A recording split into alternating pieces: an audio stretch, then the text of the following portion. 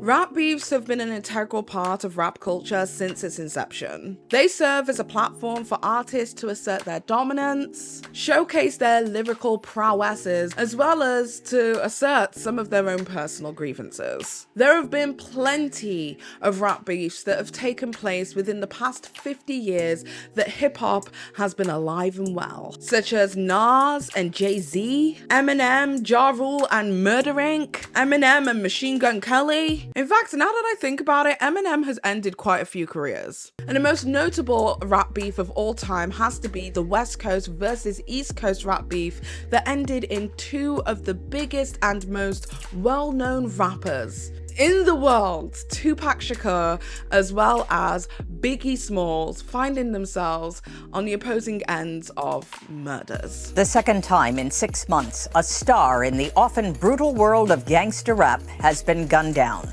This time it was Notorious B.I.G. Near fatal shooting, but he couldn't survive a second. Rap star Tupac Shakur died last night after a brief life in a rough business. He was 25. The rapper known as Biggie Smalls was shot several times as he sat in his Chevy Suburban early this morning outside the Peterson Automotive Museum in Los Angeles. That vision turned out to be prophetic. His own death from multiple gunshot wounds. I mean, even to this day, some of the new rappers are constantly rapping their area codes, showcasing their gang affiliation, and are showing us, the audience, that they really are willing to die about this rap beef. However, more recently, the rap beef hasn't been as violent and seems to be more strictly feminine, like the current ongoing rap beef between Nicki Minaj as well as Megan Thee Stallion. But in the past, over the past couple of years, it's been Nicki Minaj versus Cardi B, Nicki Minaj versus Lil Kim, Nicki Minaj versus Lotto, Nicki Minaj versus pretty much anybody new who comes into the industry who literally doesn't immediately start licking her butthole. However, after the tumultuous relationship between Nicki Minaj as well as Cardi B that has been ongoing for several years now, they even had a fight involved in it where Nicki Minaj ended up getting a shoe thrown at her and Cardi B ended up walking out of a venue with a massive conch on her head. I really felt as if the person who would end Nicki Minaj's reign of terror, if you will, would have been Cardi B. So I was completely sidelined, just like so many other people on the internet, when we found out that the person who came out with a diss track, which honestly was towards everybody but definitely had some scathing lines towards Nicki Minaj, was Megan Thee Stallion. Like, this really was a race because this horse came straight from the back and came straight to the forefront, girl. However, as I've discussed previously, Nicki Minaj has had a lot of beef with a lot of individuals within the music industry, and honestly I've been following this whole situation for a long time, and I've kind of been a little bit apprehensive to talk about Nicki Minaj because the Barbs, her fan group, are notorious for doxing and honestly putting individuals in harm's way. The Barbs, this entity in of itself, this fan group, this very incredibly toxic fan group, have been silencing naysayers for as long as I can even remember. I mean, for God's sake, even last year, a fellow content creator called Choice TV made a video speaking about Nicki Minaj in which he had to re-upload it because some of the Barbs had taken the initiative to try and get the video taken down. I wanted to get on here because if you guys didn't know, I believe the Barbs pretty much got my last video taken down where I talked about Nicki Minaj's Barbs being incredibly toxic. Now, if you guys didn't know, a couple days ago, I made a video talking about Nicki Minaj's Barbs being disgustingly toxic and doing fucked up shit and Nicki Minaj enabling it. Now, long story short, I made that video. It took me literally 3 days to do research for it. It took me around 4 days to edit it. And collectively, it took a week for the video to even come out. And then also, it took like 2 days for the video to even get approved by YouTube for monetization. So collectively, it took me around 9 to 10 days for me to even post the video, just for it to literally only be on my channel for around 6 days because one of the Barbs reported it. It's super hard for me, but it's for a reason. They don't just wake up out of bed and go dragging people. Yeah. They drag people who are dragging me. You know what I'm saying? If you would leave me alone, if you would leave me the alone, they don't want to acknowledge. See, and this is the thing. This is what I've come to realize. Why they're really mad is that they wished that they could bully me and run me out of the industry. They hate that I have a strong support system. Yeah. Who puts like this shield around me. They wish that would like just disappear. Yeah. And it hasn't. And now, look, and now after all of these years, after all the shit they've said about me, right? I come back and my fans are still here.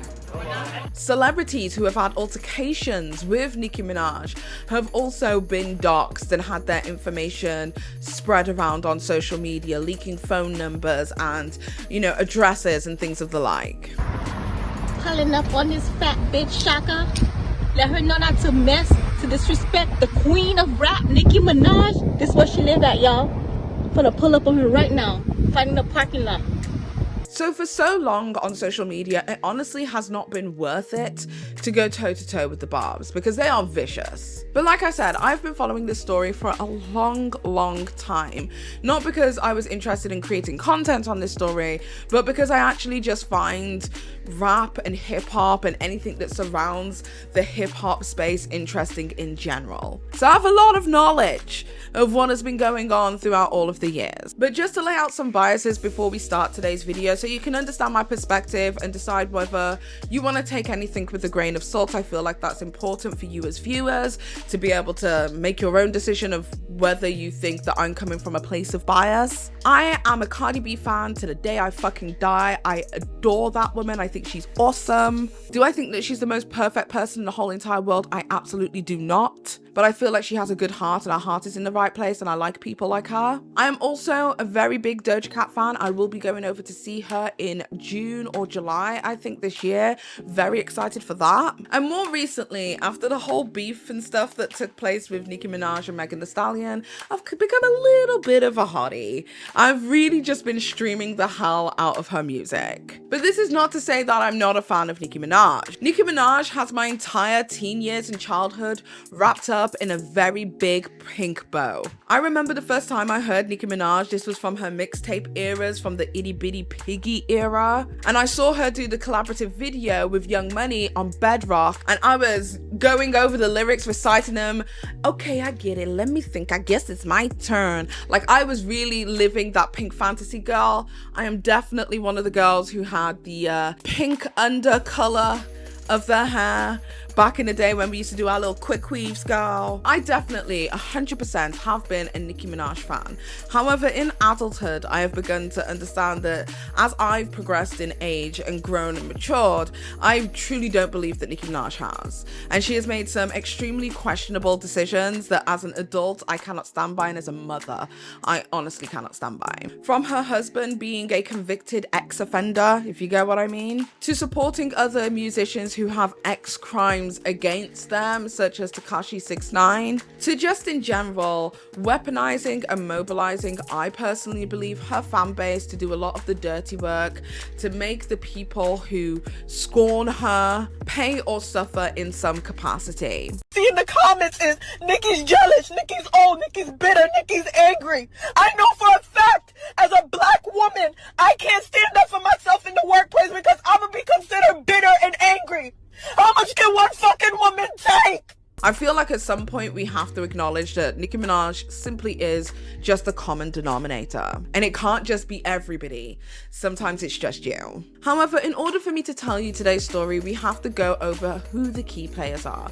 We have Megan Thee Stallion, Nicki Minaj, Cardi B, Doja Cat, Lotto, Remy Ma, Lil Kim, Kenneth Petty, Jennifer Howe, Jelani, Maraj, and the prolific, the most infamous of them all, the Barbs. I found that every single time that I watch a video to do with this Nicki Minaj rap beef, that nobody is really going into detail and going through point by point, piece by piece, detail by detail of every little thing that has taken place in order to make this situation bubble to a head. Because I just simply don't think it's a coincidence that Megan Thee Stallion releases her, you know, quote unquote diss track and everybody backs it because they feel like enough is enough. Because if you don't know, Megan Thee Stallion came out with a song, a diss track if you want to call it that, but I feel like she's talking about a lot of people within the industry, but it was just Nicki Minaj who ended up facing quite a deep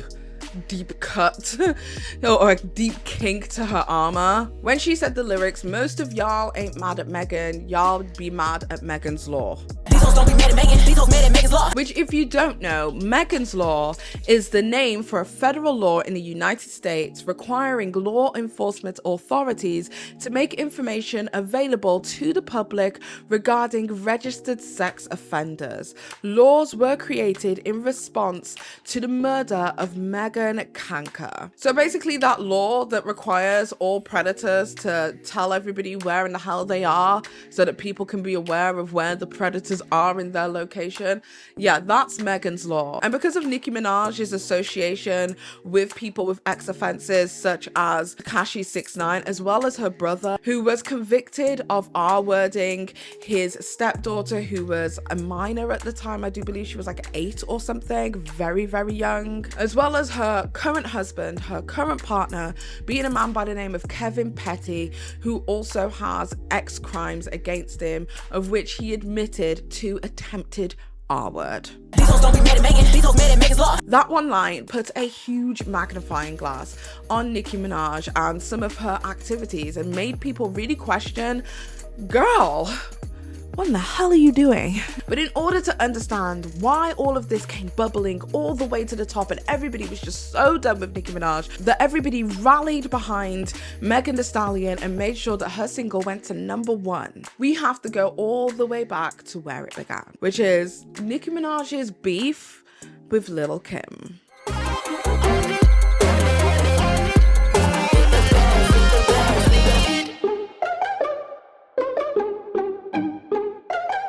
Lil' Kim, also known as Kimberly Denise Jones, was born on July 11th, 1974. She's better known by her stage name of Little Kim and is an American rapper and singer. She was born and raised in New York City and lived much of her adolescent life on the streets after being expelled from home. In her teens, she would freestyle rap, influenced by fellow female artists like MC Lyte and Lady of Rage. In 1994, she was discovered by fellow rapper The Notorious B.I.G., who invited her to join his group Junior Mafia. Their debut album, Conspiracy, generated 2 top 20 singles in the United States and was certified gold by the Recording Industry Association of America. Lil' Kim, to many people, is known as like the godmother of rap. A lot of people see her as the queen of rap. She even asserts herself as the queen bee. Because at this point in time, especially in the early 90s, none of the female rappers had garnered the kind of solo success and commercial success that Lil' Kim had been able to get. Lil' Kim, for me personally, in my opinion, opened up so many different doors for various different female rappers, including, but not limited to, Nicki Minaj. So when did this whole beef start? Well, after holding the crown for so many years as the best female rapper alive, Lil' Kim ended up going to jail in 2005, basically for not snitching. She went to jail for a year for lying to a jury on a friend's involvement in a shooting 4 years earlier. During the trial, Lil' Kim wasn't releasing much, if anything at all, and pretty much had to take an impromptu hiatus. During this time, Nicki Minaj was trying to make a name for herself. She was releasing mixtapes, doing cyphers, all different kinds of things. Now all the bums is wondering where I be at. You ain't a Barbie, it's none of your freaking beeswax. A lot of people began to notice that in the promotional material for Nicki Minaj's mixtape, Playtime Is Over, it looked as if she was replicating some of the things it was that Lil' Kim had done by doing a similar pose to Lil' Kim's 1996 album cover. But then Lil' Kim ended up coming out of prison. And in that time, Nicki Minaj was signed to Young Money, which is the record label that is run by Lil Wayne. That same year, the year that Lil' Kim came out of prison, Lil' Kim and Nicki Minaj ended up meeting each other at an event that they were both performing at. They met each other inside the toilets. And this is Lil' Kim recounting her experience meeting Nicki Minaj for the first time. So how did it go? How did it actually play out? I had to go to the bathroom because I went there to perform for Keisha Cole. Like, I was with her. I go in the bathroom and she's in there and she's like, oh my goodness, we finally get to meet. Oh, she's like, oh my goodness, we finally. And I'm like, hi. And so she says to me, Fran Drescher voice is too good. She asks me to take a picture with me. And I'm like, of course. But, you know, I think I used the bathroom first, whatever. I came out and I took the picture with her. And then She was like, yeah, oh my God, you are so small, you are so tiny. That's what she said, something like that. And I was like, glad I was smiling at her. And so I said, you know, I tapped her and I said, we need to talk because I like you. I said it like that. You know, I like you. That's Brooklyn. Exactly. Brooklyn. She failed to mention that, but it's cool. So I said, I said, we need to talk because I like you. And she looked at me, she was like, is everything okay? Is everything good? Like, she was nervous. It didn't come out like everything good. Yeah. Nicki Minaj also recalled this experience of meeting Lil' Kim in the toilets for the first time, but recalled the experience as a lot more hostile than Lil' Kim recalled the experience. She came into our dressing room. She went and used the bathroom and stuff. And I stopped her. I was like, you know, I want to make sure everything is cool with us because I'm a fan first, you know. Is everything good? Yeah, everything good. We good. Hugs and kisses. Can I take a picture with you? I love you, you know. This is somebody that I looked at highly. We took a picture, everything was good. So because the pair had gone on to do interviews speaking about the same experience but recalling it entirely differently in regards to the intent, there was still a level of lingering animosity between the two, because Lil' Kim, as well as many others at the time, believed that Nicki Minaj was being boosted up to be a carbon copy of Lil' Kim, and felt as if Nicki Minaj had been throwing some sneak disses at Lil' Kim throughout her songs in her earlier years. So in 2010, Ray J, whilst on stage with Lil' Kim, decided to speak to the audience about some of the issues that were brewing, basically saying that there was a lot of Lil' Kim imposters, which kicked off the beef all over again.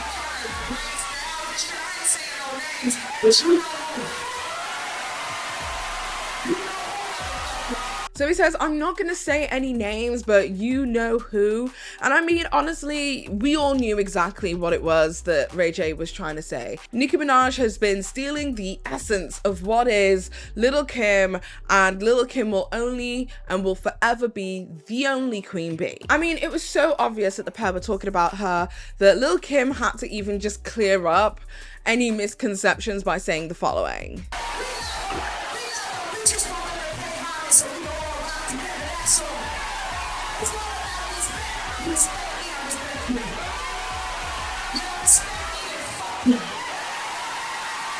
But this is where things get a little bit tit for tat and kind of petty. The following day, literally 24 hours later, whilst doing a show with Drake came forward to stand up for Nicki Minaj at a live show in front of an audience where he said the following. I just want to let you know, I know you be calling women bitches and shit, but I can't say you the baddest bitch. I can't do that because I respect you and I love you too much and you look too beautiful. So I just want to say that you the baddest woman to ever do this rap shit. Hold on. I just want to say, I don't give a fuck what Lil' Kim or nobody else talking about. You the baddest chick that ever do this shit. Remember, I said that. But I'm out this bitch. So there we have it. In 2010, the beef was solidified. Lil' Kim and Nicki Minaj do not like each other. Lil' Kim feels as if there is some thievery that is taking place, and Nicki Minaj feels as if Lil' Kim doesn't want anyone to ever surpass her. She sees her as a bitter old lady, and she makes sure to make that known in her music. In that same year of 2010, Nicki Minaj collaborates with Diddy, yikes, in a song called Hello, Good Morning, in which she says the following. She said, "Did I kill a queen?" And people felt as if this was a direct dig towards the queen bee, who at that time was Lil' Kim. A lot of that was also backed up by the fact that the song was in collaboration with P. Diddy, who at one point was Lil' Kim's manager, as well as her late boyfriend, the notorious B.I.G.'s manager. So merely her ex-manager and Nicki Minaj collaborating on a song seemed like a little bit of a sneak diss to a lot of people who were around at the time. God, I'm beginning to feel ancient now. In June 2010, Lil' Kim decided to speak openly about her and Nicki Minaj's Cold War. In an interview with This Is 50, Lil' Kim said that Nicki had been taking subliminal shots at her and other female rappers. She came in this game stealing my shit and busting shots at me at the same time, you know, throwing pebbles and shit. And I'm letting it rock. I'm letting it rock. I'm letting them rock. I'm letting her live. I let her live. I let her live. Because I could have been came and did what I'm doing now. Okay, fine. Now, my problem is this. You're stealing my shit. You want to be like me, but you're acting like you created this lane and, you know, this is something new. The whole Barbie and all that shit. Like, this ain't new. It ain't new, mama. The shit with the wigs and the whole, you know, the creating a character is not new. And on top of all that, y'all ain't want to rock with me? It ain't got nothing to do about no fucking how long a person been in this industry or how long. I don't know what the fuck that punk pussy Drake talking about. The beef continued when Lil' Kim rapped at a Queen's concert that same month. She said, I'd K-word that B-word with my old S-word. That S-word come and go. Now, this concert being in Queens is also significant because Nicki Minaj is from Queens. So it's like she pulled up to the place that is that she's from and then started dissing her. Then later that same month, Nicki Minaj did a Hot 96 interview in which she said the following. Put your music out. When I see your name on Billboard, that's when I'll respond to you. Nicki said, you're going down in history as a sore loser as opposed to going down in history as a queen. Don't play with me. I want you to pay attention to that because I feel like this is exactly where we are again.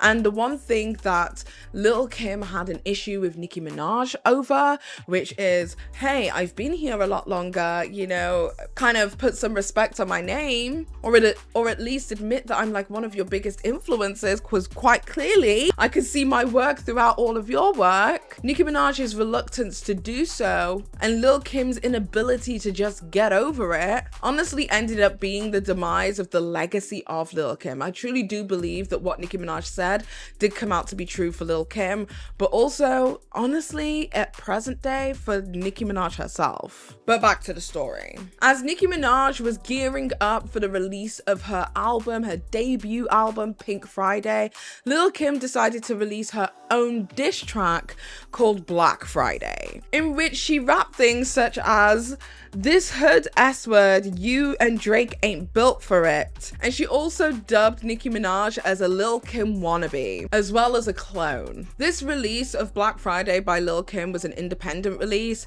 and Lil' Kim had been boasting on Twitter that the single had done like 113,000 sales on PayPal. Which, girl, I didn't even know, like, you could track sales of things through PayPal. I didn't know if that was cap or if that was real, but it's very bizarre why PayPal is the only freaking platform. However, continuing on with the independent releases, Lil' Kim went on to release her entire album through PayPal only as well. And that's when Nicki Minaj decided to release her quote-unquote tragedy diss record, in which she rapped, it must hurt to sell your album off PayPal, especially when you in the game 15 to 20. You was hot when Shaq teamed up with Penny. Man, you was magic. Now look at you, ho. You just tragic. You a tragedy. You a parody. Last name Ann, first name Raggedy. Then in that same year of 2010, during a Power 105 interview, Lil' Kim says the following. They're not like her. She wanted to be the only female out there. So when Baby and them said, we're not fucking with this chick because you can't stand next to her, she loved it. Because she didn't want to stand next to me. I think it's her. She wanted to be out there by herself. I think the industry puts women against each other all the time. Yeah, they do. That's exactly what happened. And my thing is, you have to be smart enough to say, yo, I don't know what they talking about, but you my bitch. Don't start coming at me in records, talking to me, just talking about me disrespectful, you know what I'm saying, indirectly.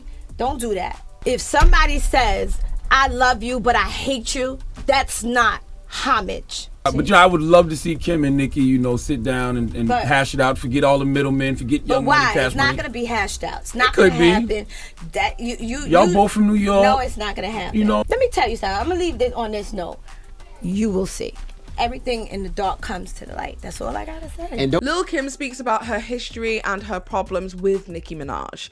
directly. She basically says that Nicki Minaj should never have subliminally dissed her in her records. And when asked if she and Nicki Minaj would ever make amends, Lil' Kim basically says it will never happen. So after that foray and back and forth all the way through 2010, you would think the whole situation would be put to bed. There was absolutely no response from that point forward from Lil' Kim. No sneak disses or anything like that. Quite frankly, Nicki Minaj remained on top. She was the last one to speak. I mean, she called her raggedy and a tragedy. In the eyes of the public, Nicki Minaj had won.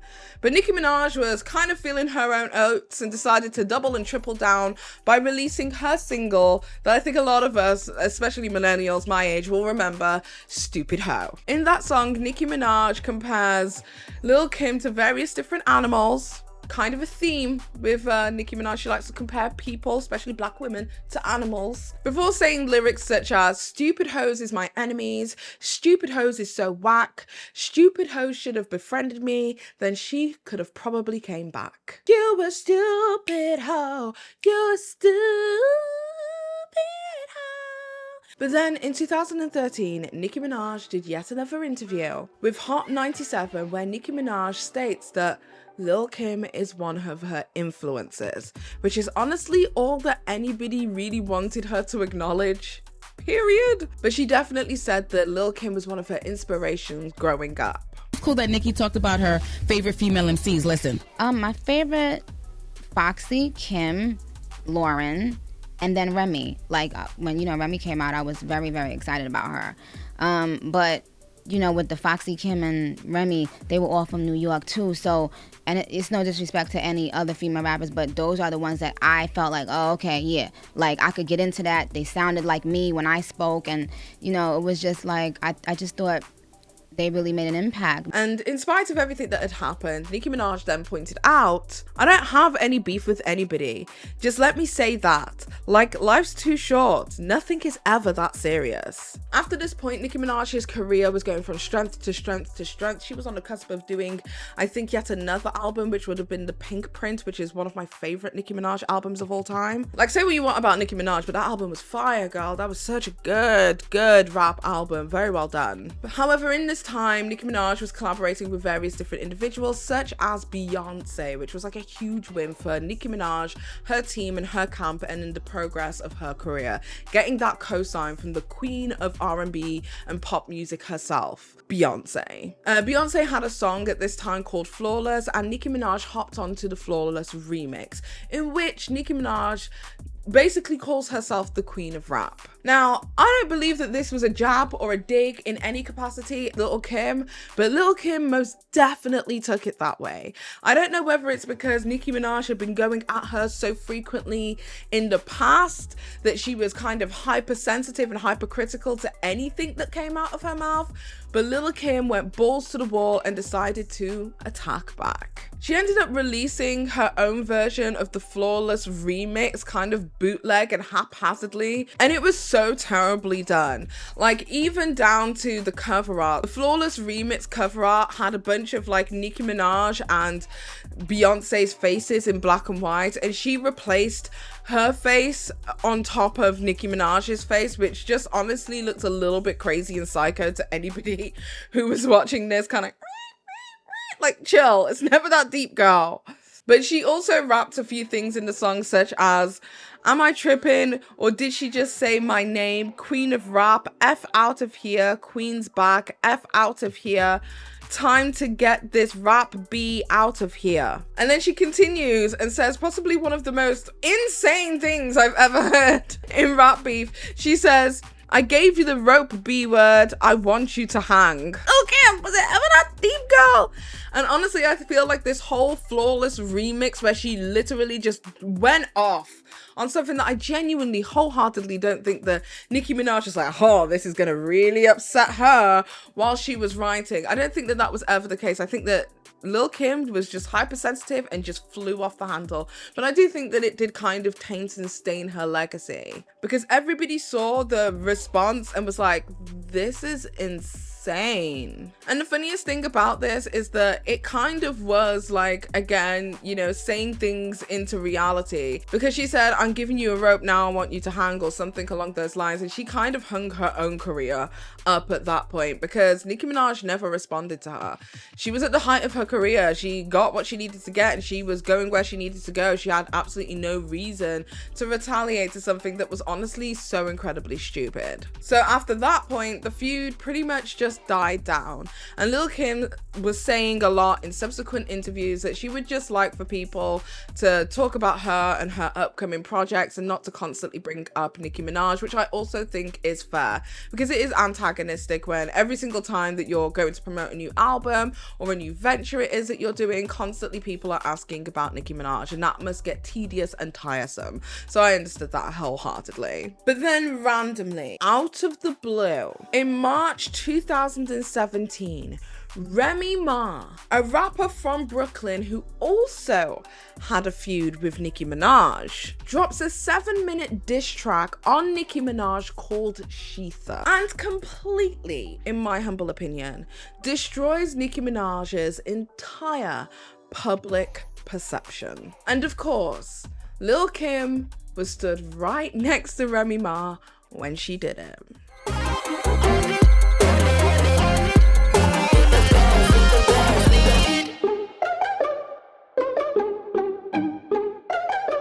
Okay, so now that we have spoken about the history of how Nicki Minaj kind of came into the scene and how she ruffled a lot of feathers, especially with some of the old heads like Lil' Kim, let's get into some of the more recent feuds. So we're talking 2017 onwards. And she had a really big feud with another female rapper by the name of Remy Ma. I spit straight crack. Luck, you straight whack. Just last year you was like Remy, let's do a track. I ain't impressed because you dropped 450 on the New Jersey. I just dropped 450 on the crib in New Jersey. However, in this album, she has a song called I'm, in which she raps the phrase, I'm the queen of rap, there is none higher. You guys will most likely remember her from the Fat Joe song that was huge hit back in the day, Lean Back, Lean Back.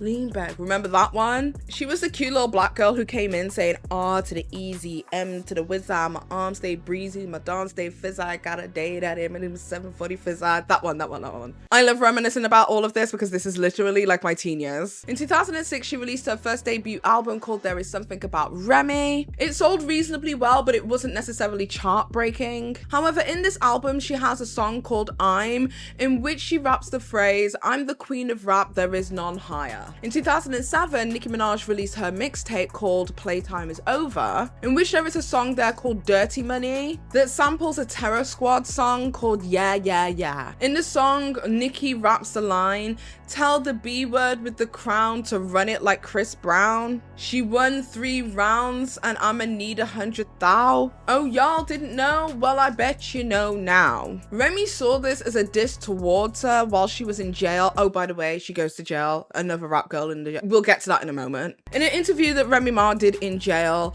she basically says that she is aware of these kind of disses it is that Nicki Minaj is making towards her, and that she didn't really see it as anything serious, basically saying it's like rap jousting, you know, and part of the culture. What is to be expected? Everybody thinks that they're the queen of rap, right? Like, I'm not gonna lie, like when she came out, she had did a freestyle over the Yeah beat, and she said, I don't remember what she said, the exact line, but she said something like, tell a chick with the crown and run it like Chris Brown. When I seen that at her party, I was like, yeah, what was that line about? Like, I brought it up to her, whatever.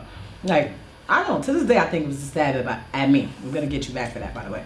But it's cool, like, that's what you do in rap, and I'm cool with that. I'll be seeing, like, the hate that comes out. I'm pretty sure that it's people sitting there, like, because I hear it. Oh, Ram, you gotta go at her. She's coming at you. And I'm like, why do I have to go? Like, she's not stopping me from being who I am. I'm still being Rem. Remy Ma then, in 2007, releases a song called Jesus Christ, where she asserts herself multiple times as the Queen of New York. Then, in 2008, Remy Ma is found guilty of first-degree assault when she basically allegedly shot a friend for allegedly stealing $3,000 out of her handbag. At this point, Remy and Nicki Minaj had a relatively good relationship. They knew each other, they'd been in the same circles, and they were pretty aware of the hip-hop and rap jousting of calling themselves the queen of rap and the little sneak disses, and kind of knew that it was a part of the game that they were playing. Nicki's been doing her thing now, but it's I'm happy for her. Yeah. I've never heard that any of these chicks that I put under a rock falling back out. I'm actually happy for her. I like Nicki. And whilst Remy Ma was in jail, Nicki Minaj would constantly show love any opportunity she got in any kind of interview to say, free Remy, get my girl out, and was constantly showing her love while she was in jail. Do you get that a lot? Those type of, questions or whatever about, Yeah, I mean, people always ask me about female rappers. I got love for all the female rappers because all of the female rappers that I've spoken to and met, they show me love. You know what I'm saying? Shout out to Remy. She showed me love. Girls that, was able to make a name for themselves. Came Foxy, Remy. Shout out to Remy. Free Remy. Word. You know what? Free Remy. Fuck you, free Remy. Shout out my girl Remy. Free Foxy. And we really I got love for all the females, but I just gotta say, Nicki Minaj ain't nothing to fuck with. And I can't be touched, so let's go, I'm ready. In 2014, Nicki Minaj was in another interview, a telephone interview, in which they asked her if she was excited for Remy Ma's release, and she was very excited. She says, I can't wait for her to come out, hopefully we will do a song with each other, yada yada yada. Hey Nicki, so Remy Ma is getting out of jail in July. Can we look forward to a Nicki Remy Ma collaboration in the future? Talk about it. Talk about it. Oh, that would make me very happy. That would be very exciting. So how can we make sure that happens? What we got to do? I'm told she's going to sign the MMG. That's the rumor. I don't know if that's real. I think, as soon as she get out, Ram, holla at me. Let's. Ram! Remy! Upon her release, in an interview with Funkmaster Flex, Remy speaks generally about female rappers and then later talks about Nicki Minaj, stating, I think what happens with females in this game is that they tend to allow other people to pit us against each other.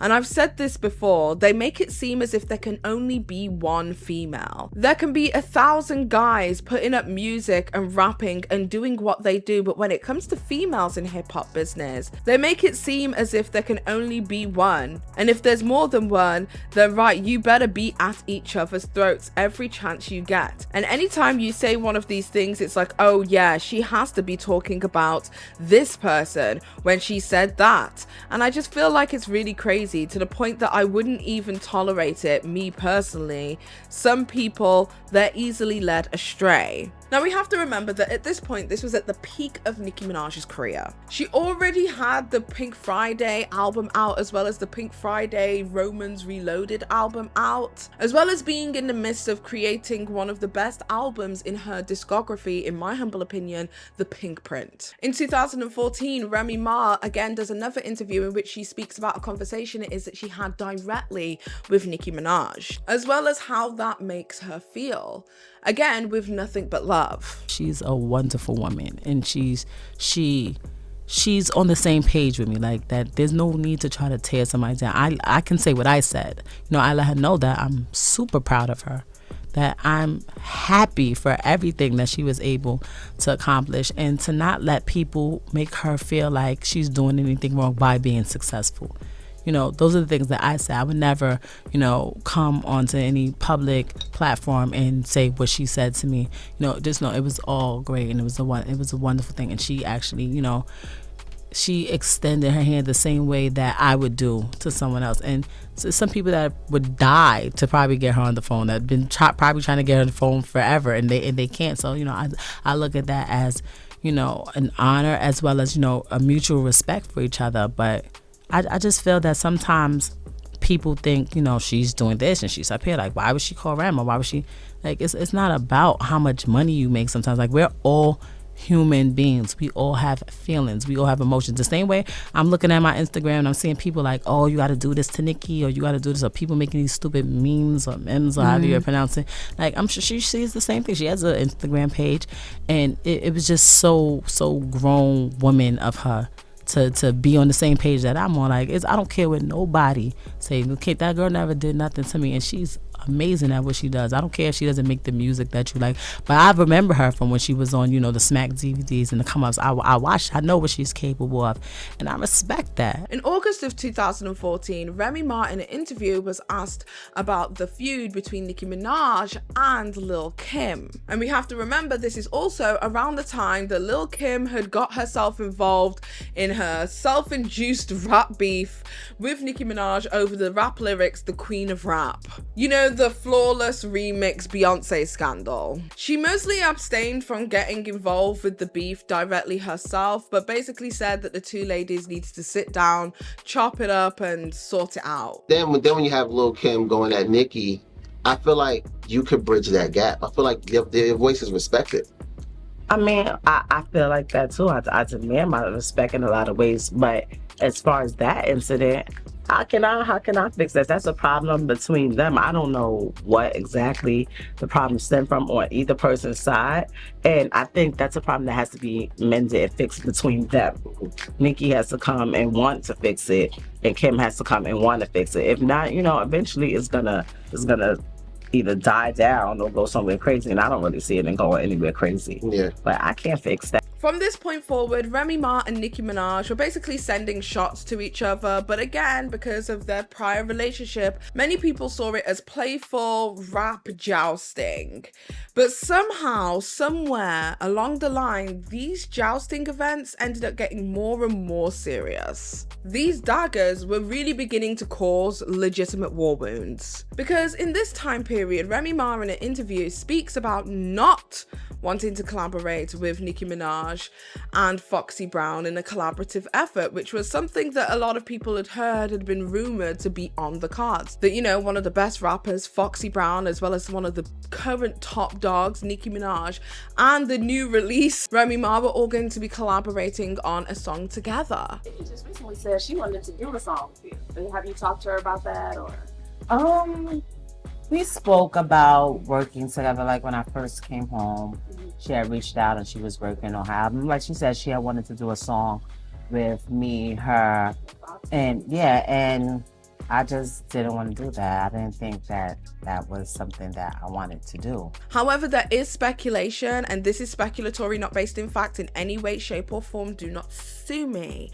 But there is speculation that this collaborative effort song was allegedly supposed to be a form of diss track towards Lil' Kim. And that, quite frankly, Remy Ma just didn't want to do it, didn't want to be involved in it. I don't know how true that is, but that is what the streets were saying, girl. Then in 2016, Remy Ma comes out with a song with another artist by the name of Fresher called Wait a Minute Remix, in which she takes a lot of direct shots towards Nicki Minaj. She mentions Nicki Minaj's boyfriend and his diss track. She mentioned about her body and how she plans to destroy this girl. She states that she didn't want to have to kill her career, but she kind of has to because she's a hater, amongst a plethora of other things. Then later that month, Nicki Minaj's boyfriend at that time was seen pictured with Remy Ma and her husband Papoose. Pew pew, shots fired. Shortly after, Remy Ma then does a freestyle rap on another interview show in which she raps the following: all this talk about my son and your son,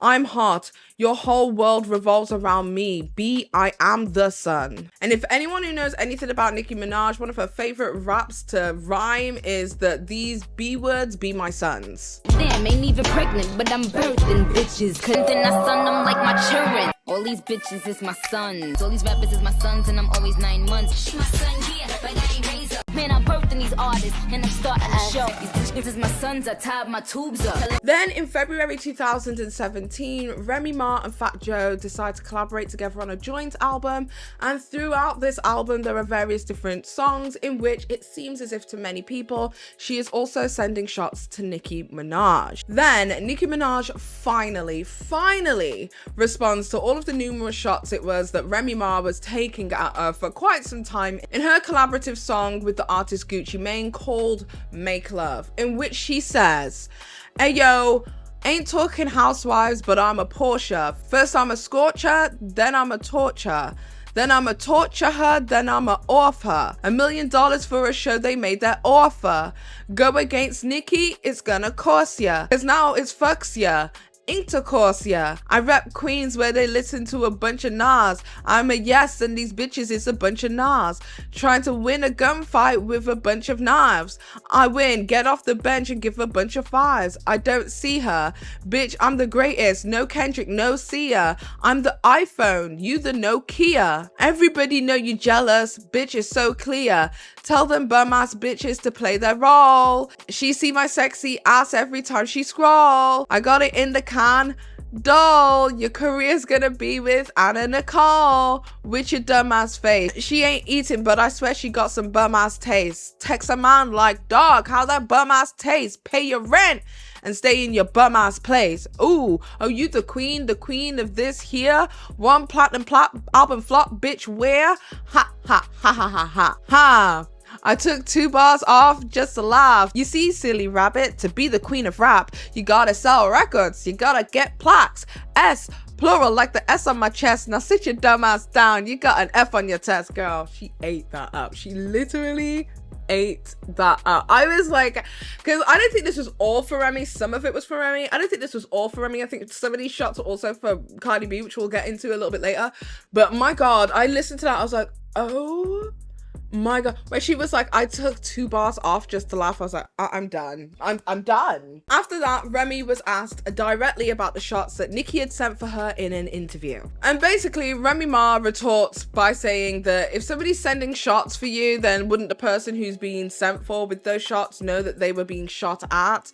She was like, don't do it subliminally, be direct, basically. First of all, Nicki Minaj never did anything to me. There's no reason for me to sub her. Somebody do it to me, I'm gonna want to smack your head off. Like, that's how I'm gonna feel. So I try not to do that. And we don't want that to happen. And we don't want that to happen. So that's number 1. This girl never did nothing to me. Number 2, any person I ever had a problem with or felt any type of way about, I will have no problem saying your name. I don't want you sitting there wondering if I'm talking about you. Maybe she's talking about, check it, I'll get to it. I don't care. If I have a problem with you, I really don't care. I don't want somebody else to think that I'm talking about them. I want the shit. It's not gonna be a sub. It's gonna be a direct headshot. The problem is, Nicki has been reigning for so long that anytime any other female says, I'm the best, I'm the dopest, this chick is like, any time anybody say that, so you have to be talking about her. But she definitely did like a bunch of like nonchalant, like, I don't care, like, so what, who gives a crap, which must have definitely been a lie, because less than a week later, Remy Ma releases her 7-minute diss track on Nicki Minaj called Sheetha. Let me just say, Remy ate Nicki Minaj alive. I was gagged, I was gooped, I was floored, I was deceased, bitch. After that song went live, Nicki's response online was virtually minimal. Unlike what we've been seeing recently, which we'll definitely get into a little bit later, where Nicki Minaj is very responsive if anything goes on that has anything that pertains to her name. Back in the day, old school Nicki Minaj, she never used to respond. She wouldn't say nothing for weeks and weeks on end. When she would get to the top of her career, she would not respond to anybody. A lot of people were concerned that she wasn't going to retaliate at all and she wasn't going to give any kind of diss track.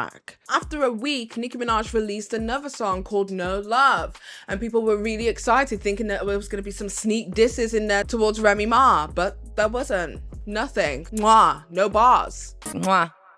No bars. Then Remy Ma, deciding to be the queen of petty, decides to go on the Wendy Williams show alongside Fat Joe, dressed all in black, stating that she was attending somebody's funeral because she had murdered somebody. But honestly, for me, she was kind of dragging it a little bit. Like, this is a bit much, you know? Like, the funeral wear, seriously? For me, this whole moment, especially on the Wendy Williams show, was like screaming, I'm so desperate for attention. And I just don't think that that's what she really needed to do. If she really wanted to put an end and stop the nonsense, then she should have just stood on business instead of doing all of this performative stuff for like the audience. That's just my humble opinion. Why was Nicki targeted? It wasn't that she was targeted. I hear people like, we're waiting for her response. Like, that was a response. She started. And then, I feel that is weird because she's been doing this to a lot of females, from Little Kim to Mariah to Taylor to Hannah, and no one says anything. What is it that she does? Well, it wasn't necessarily, you know, the little subliminal stuff on records because I didn't care. I don't care about records. And, you know, I'd spoken to her before, like, whatever you say, you're supposed to say you the best and none of y'all better than me, whatever. It was the behind the scenes things that you people would never know about, you know, as far as trying to keep me off of red carpets and trying to make sure awards don't go to me or she's not going to be in attendance or trying to get people to make bad reports about my album sales or just anything that I'm doing to make me look less and make her look better. And I have a problem. When you're trying to stop my bag, when you're trying to stop me from taking care of my children, now I have a problem with that. I think we all thought that this had to do with music. No, I didn't care about the record. To me, the record that she did that everyone was saying and that I also heard, you know, behind the scenes that she was promoting as the record that was going to end me, you know, I thought it was whack. I didn't care about that. I really, to be honest, I didn't care. What bothered me, like I said, was the behind the scenes things that why you so up and you're so on top of everybody, you're better than everybody, you know, and you're on this, why are you worried about little old me over here? Like I just came home from prison. I don't want no problems with nobody. I don't even know what she's gonna come back and say to you. I'm not waiting to hear anything like at all. Like I'm done. Everything that I said. Like, you know, people have been calling me from every different media outlet and X, Y, and Z. I don't really care. They've got the money stop thing though is that's a big deal. That's a big deal. They're still trying, like, instead of, you know, keeping it hip hop or whatever, they've been trying to do things like pull it off of SoundCloud and pull it off of YouTube. It's still number 2 last time I checked on iTunes, but I probably got about 2 more days before it comes in. So make sure you guys go and get it if you want to hear it before it's gone. No, seriously, I'm gonna say one last thing, and I'm not gonna discuss it anymore. This person, just based on what I've witnessed, is not a nice person. If I learned anything from this, it made me realize that I have to be a certain way to everybody because so many people have been coming and the things that I've been hearing, I'm like, nah, I'm not gonna say that, please. Like, that's too much. Is it too late for her to come back? Because look, when Little Kim, when she mentioned Little Kim's name in a song, she came back in like 2 days. But it's been, what, almost a week now. Is it too late? I'm not waiting for anything. I said what I said. Okay. I don't think they heard that. What you say? My grandmother told me to never speak ill of the dead. Then, finally, after 2 more additional weeks after the Wendy Williams interview, Nicki Minaj releases her single, No Frauds, where she is alongside Drake in the music video and goes to London, a place that due to Remy Ma's probation, she was unable to go to. And that song was so incredibly good. Nicki Minaj made it clear that she makes hits and she disses you in them and not diss tracks. Because it was sellable. Everybody was listening to No Frauds. Everybody knows the song. Girl, I know the song. I don't need no frauds. I don't need no drama when you call. And we also remember that scathing line, which was directly shooting at Remy Ma, where she says, what kind of mom leaves her son over a stack? I was like, oh my God. Because obviously, as we all know, Remy Ma went to jail over a shooting incident with a friend over a couple of grand. And it's like, was it really worth losing your whole life over that? Spending how many years? 6 years away from your children over some money? Over a dispute that really could have been dealt with by law enforcement? She decided to get, you know, pew pew with the guns? That for me was like the biggest scathing line ever. And she did so well. But most importantly, she made it sellable pop music. And because of that, it just kind of silenced out the Sheetha song.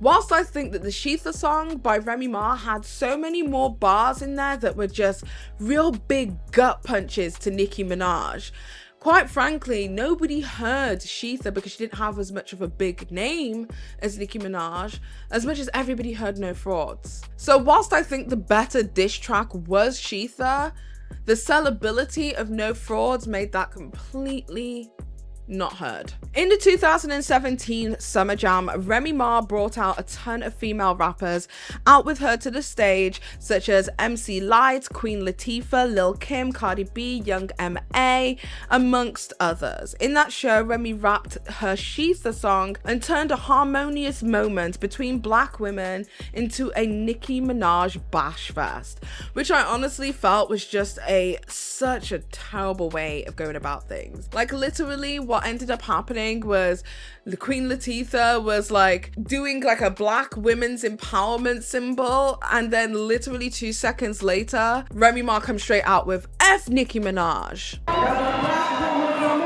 Who you calling a bitch? I don't think I understand how bad her ass got. The implants that she had within her ass popped. So is it like love and support all black women, or love and support all black women except Nicki Minaj? It was just not a good look and not the right place to have done something like that, in my humble opinion. However, shortly after all of this, Remy Ma was in fact rewarded when she ended up winning a BET award for Best Female Rapper, and that was an honor that Nicki Minaj had held for 8 consecutive years. I just want to say, y'all bitches got fat while we starved. Shots in your ass, pads in your bras. Y'all some liars. It ain't no facts in your song. And yeah, that crown is coming back to the Bronx. Shortly after this triumphant win for Remy Ma as well as Lil' Kim would collaborate together on a song called Wake Me Up, which they both sent loads of different jabs at Nicki Minaj. But the song didn't really chart that well at all and kind of just fizzled. It wasn't much to write home about, to be honest. But then after that, absolutely no more rap beefs had continued with Nicki Minaj and Remy Ma. So it kind of all went pretty silent. But Nicki Minaj, from that point forward, in every song, pretty much started rapping about having ops and people who were against her and trying to ruin her and destroy her. And it was almost as if Nicki Minaj was having a fight with an invisible opponent, because who are you fighting with, girl? Well, that brings me to Cardi B.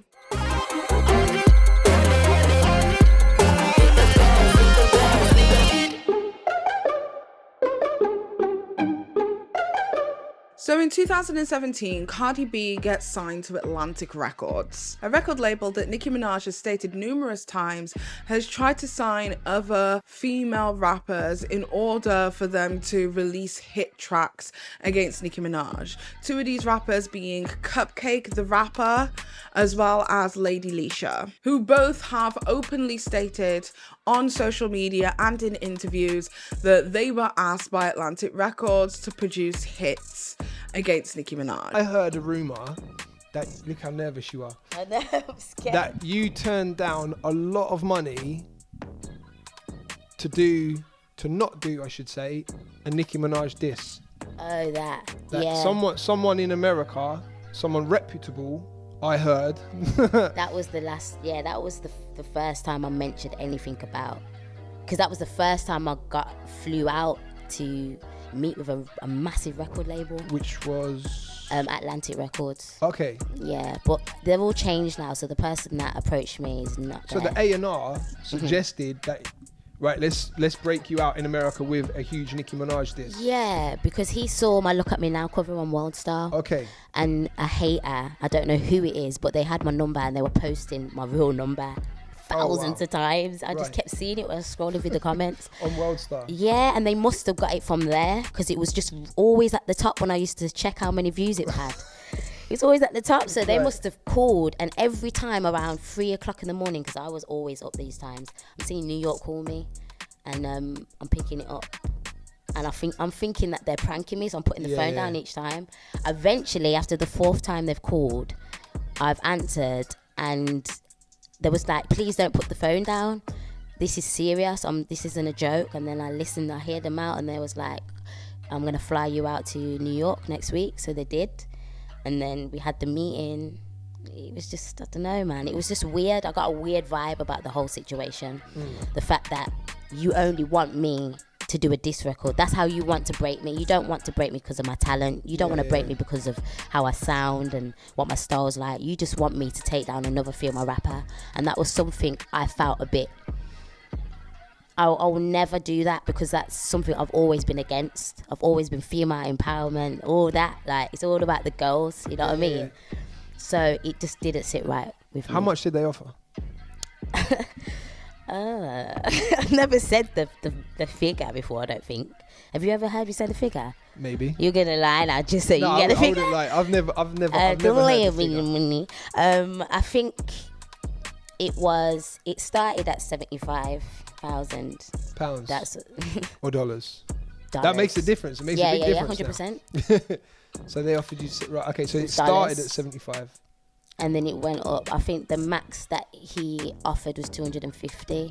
And at that time, you know, this is like 5-6 years ago.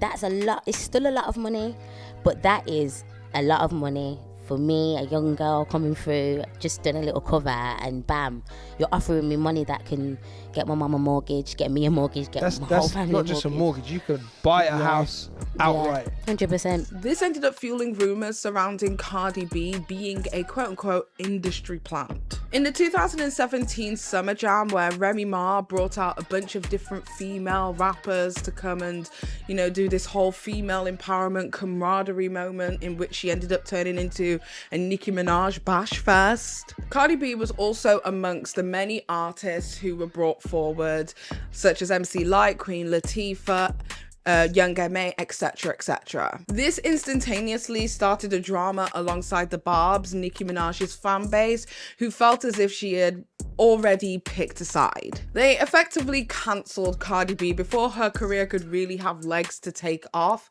and Cardi B responded by saying, "I don't give a F about no beef, B. I'm not beefing with nobody. I'm not going to miss opportunities because of S that got nothing to do with me. It's not joining forces with the enemies. It's empowering each other. I love who love me and support me." And we have to remember, at this point, this is the beginning, like the genesis of Cardi B's career. So she was very much in take all opportunities that come my way mode, and wasn't necessarily thinking about the repercussions or the effects of any decisions it is that she makes now in the future, and how that would reflect on her. So for me personally, I don't think it was like a ha ha ha, I got you, I'm on the other side. I think it was just any opportunities that come my way, I'm taking it. Summer Jam, yeah, of course I'm gonna take that. Later on in June 2017, Cardi B would come out with her smash hit that literally catapulted her to the juggernaut star that she is today, which was Bodak Yellow. From this point, I would honestly say that the entire music industry decided to try and put these women against each other. It was always Cardi B versus Nicki Minaj, Cardi B versus Nicki Minaj constantly. But the girls remained cordial online and continued to support each other's successes publicly. Then, motorsport happened. Beef with Cardi B starts in one place and one place only: motorsport. In October 2017, Motorsport, a song that is done by the rap group The Migos, came out featuring Cardi B as well as Nicki Minaj. Just a side note, Offset, who is one of the members of the Migos, he is also at this point in time Cardi B's boyfriend, but has subsequently became her husband. I don't know whether they're in the process of a divorce, I don't know what's going on, but at the time they were very much in a relationship. However, the drama surrounding this song never ever stopped. This was a lasting feud that this just poured and seeped into everything that both of these women did. It was consuming their minds. It was living there rent-free. Cardi B as well as Nicki Minaj. Many people felt that the two ladies were dissing each other on the same song that they were sharing together. Cardi B said lyrics such as, "Cardi B, I'm back bitches, I don't want to hear I'm acting different, same lips that be talking about me is the same lips that be ass kissing, these hoes ain't who they say they are, they pussy stink, they catfishing, same hoes that are sending shots of reaching out like their backs itching, why would I hop in some beef when I could just hop in a Porsche, you heard she gon' do what from who, it's not a reliable source, so tell me have you seen her, let me wrap my weave up, I'm the Trapsalina, double a gasolina, skirt." And Nicki Minaj in her verse said, "Watch your mind, you should watch your mouth. These bitches is pressed, administer mouth to mouth. You see these stats, you know what I am about. I am the champ, I'm not iking about. Attention, I'ma need you to face front. You don't wanna smoke with me, this is a lace front. Raps Jackie Chan, we ain't pulling no fake stunts. My crown won't fit on your bum ass lace front." However, whilst the entire social media and media in general had kind of developed the idea that these women were attacking each other on the same song, because of course it sounds really good for a sensationalized story, that doesn't necessarily sound like it's the truth. Because at the time that this song came out, this was late 2017, which at the time, Nicki Minaj would have been beefing at that present moment with Remy Ma. So to me, there is absolutely no way that Cardi was being spoken about here, because they had no beef before this moment, but Cardi didn't seem to think so. In a Capital Extra interview following the song's release, Cardi said that she heard the original Nicki verse that was on the track and agreed to hop on it. But then Nicki changed her verse, and that upset Cardi because she felt that the shots that Nicki sent was directed at her. Well, you know, when I heard the track, right, her verse wasn't finished. Well, not the verse that is on right now. And you know, Quavo told me like to get on the song, and I just felt like it's a perfect opportunity for me to be on a track that is that's big like them. True. Because those are two big people, and I just started in the game. Yeah. And it's just like, oh, I know that if I get on this record, it's gonna be crazy. Like, Done your job. that's Done the your money. job. Yeah, you done your job on that. Yeah, so it's like I'm gonna jump on it, and I jumped on it. And you smashed it. Yeah. So then in November 2017, the song was released alongside its music video, and people had noticed that Nicki Minaj as well as Cardi B did not share any scenes together, and that was noted, which understandably ultimately started the whole feud online. Nicki Minaj stated in an interview that they had both booked the same hairstylist, and unfortunately the hairstylist couldn't be at two places at once, so they simply had to film on separate days. He texted me and he said, is it okay to put Cardi on it? And I still have the text in my phone where I said, yeah, let's do it. And that's the only story I told. You know, I said exactly how it came about. And when it was time to clear the air about that, no one did that. You know, everybody, all of them allowed me to look like I lied. And, you know, even with the scheduling conflict, she's using my hairdresser now. So even he can attest to the fact, Tokyo, he knows that there really was a scheduling conflict, and it was because of him. He's the one that couldn't show up.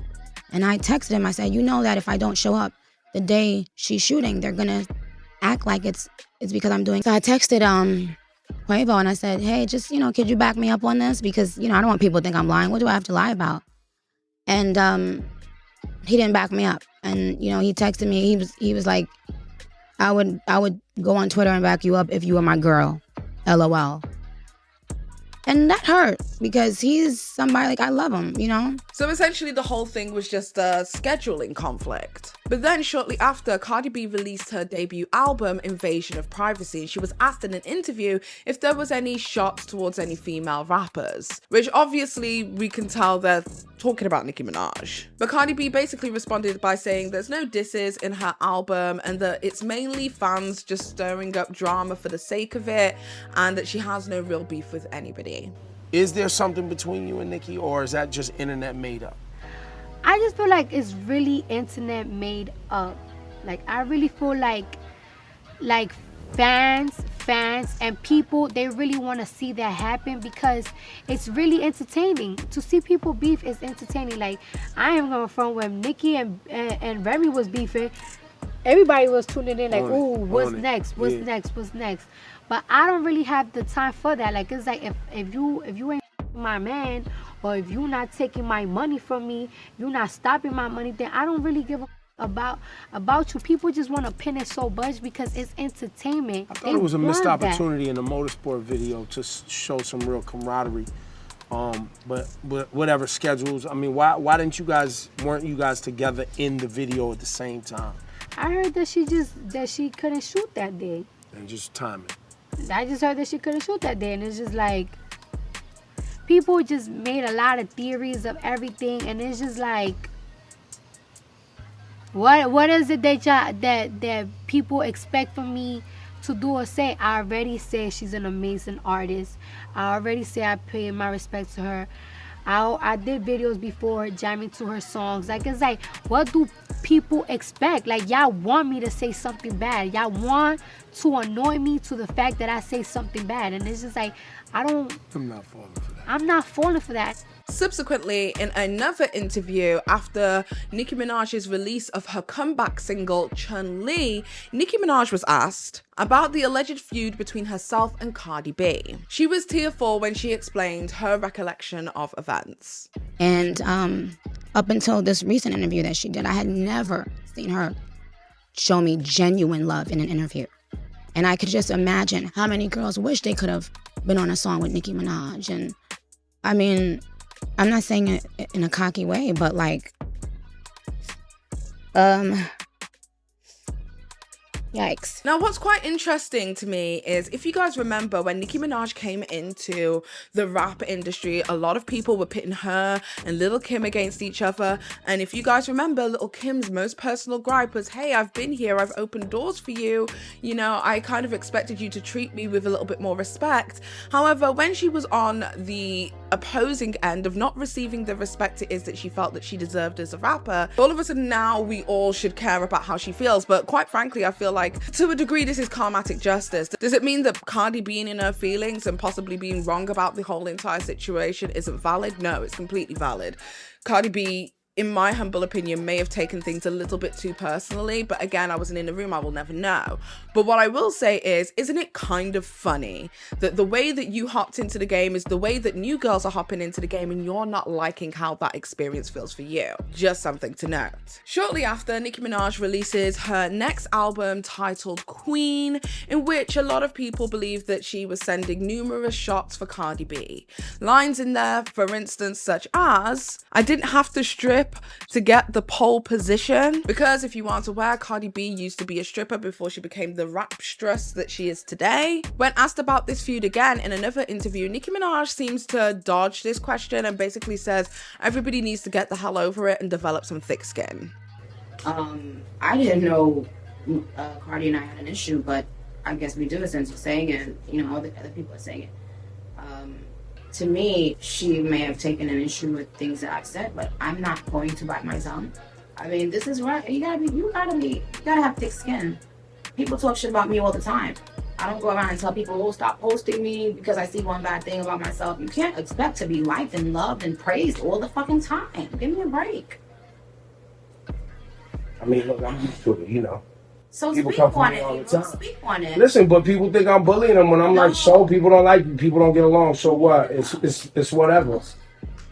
If you coming into the wrong game, if you want just people to kiss your ass and suck your dick all day, my nigga, like, come on. In 2018, Cardi B ends up winning a VMA for Best New Artist and gives a speech that tends to indicate to a lot of people that this feud is still ongoing. I want to thank all my fans, my family that supported me, all the love that everybody shows me is genuine, is beautiful, and that's something that God give me that you can't buy, bitch. So then, in late 2018, the Harper's Bazaar party was taking place. Nicki Minaj was in attendance, as well as Cardi B, and, well, a fight happened. And Cardi B left with a huge conk on her head. Hold tight, I got it. Hold tight. Hold tight, hold tight. Bitch, come here. Bitch, come here. Bitch, come here. Bitch, come here. One to all units. Second. Hey, yo, come on. Right, come on. Bitch, play with me. Play with me, bitch. Play with me. Like some shit about my fucking kitty game. Like my shit about my kitty game, bitch. Keep fucking playing with me. Play with my fucking kid, bitch. So after the event, Cardi B then decides to sit down on Instagram and give her version of events and what took place.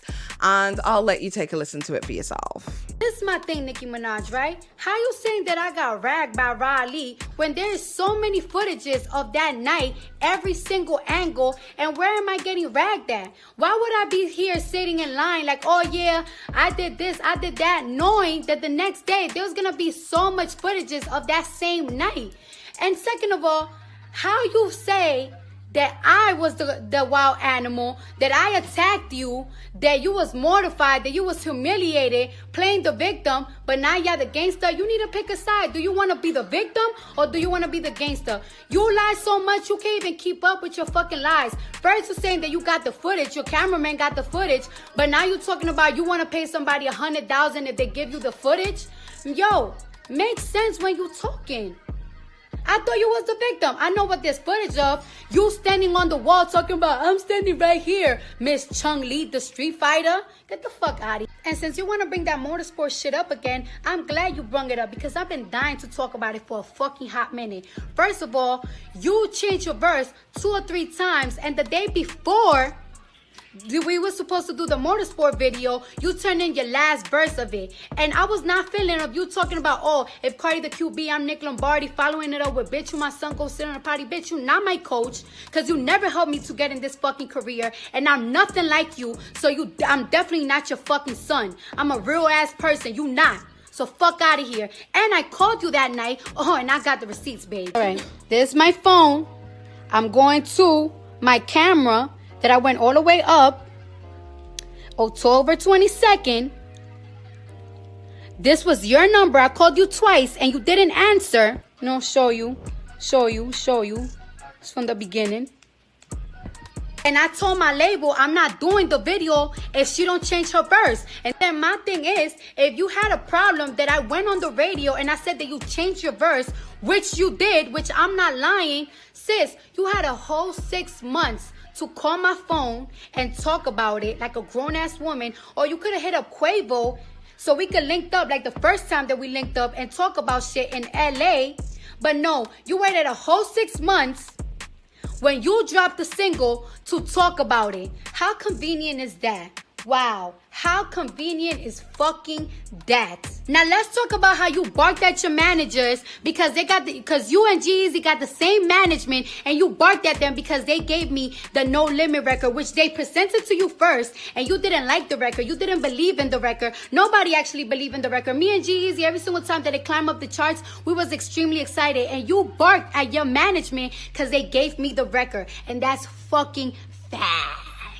Then since you're talking about suing and shit because you claiming that Riley beat me up, sis, I don't gotta sue nobody because of a fight. I'm a street bitch. That is called snitching, you know? But since you want to talk about suing, maybe I should sue you for defamation of character, since you want to claim that I'm using something illegal called payola because you don't understand why I am so fucking successful. And my thing is, just like every new artist that had a mega hit like SZA, Ella May, after they get a mega hit, everybody wants to listen to them. So why is it that when people want to listen to me, you cannot believe it, that I gotta be cheating for that? First of all, you was bopping to my shit. Second, my new single came out called Money, right? So my thing is, my single hasn't even impacted radio yet. And yeah, it's doing so good on Apple. It's actually #1 on the top charts, all genres on Apple. And that's the same shit that you got your Queen Radio on. So how can I possibly use payola on some shit that endorses you? Man, is you shitting me? Ugh. And then, let's talk about the leaked number shit, right? Tell me if this don't make sense. How come my phone number got leaked 1 hour after that altercation at the Harper's Bazaar party? Tell me how Mariah Lynn number got leaked a couple of weeks, a couple of months. I'm not sure when, you know, that whole Gwyneth situation was happening. And Riley used to have her number.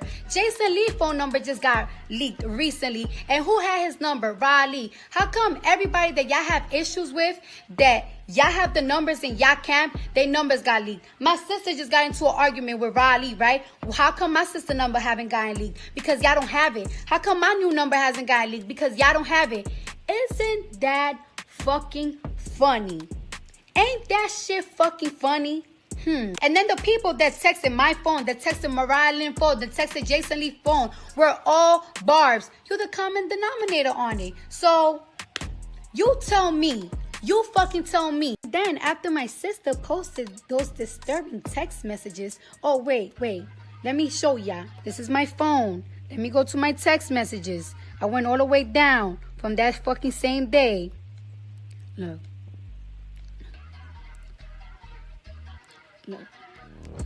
This was the one that fucking got me tighted the most. And look, it starts from all the way down here, Oh, and it started all the way from up here, all the way. And after my sister showed those text messages, look what you do. You go on your Twitter and you start liking shit like this. You start liking shit like this. Endorsing that type of nasty ass fucking behavior. Bitch, you're fucking sick in the head. Now you're trying to say that I'm trying to stop your bag because 21 Savage didn't do a music video with you. Sis, I'm not even that close to that man. So how can I have that power to that man to tell him, hey, don't do this music video that you're getting paid for me? Get the fuck out of here. That song, that No Flag song, that they didn't do the music video with you, 21 and Offset, the song wasn't doing good. It wasn't doing that much numbers. So why would they waste their time? And you out here saying that I'm trying to stop your bag, right? But I'm actually helping you get a bag because that diesel deal that you got, yeah, that came to me first. And I had to decline it because I'm already working with fashion brands, you know, which y'all gonna see because there's more than Fashion Nova. Then, that Woman Like Me record, yeah, I had to decline it because I'm doing a lot of pop records, so I can't, you know, over-exaggerate myself. But that came to me first, and then they give it to you. Oh, wait, but let me show you. This on my media.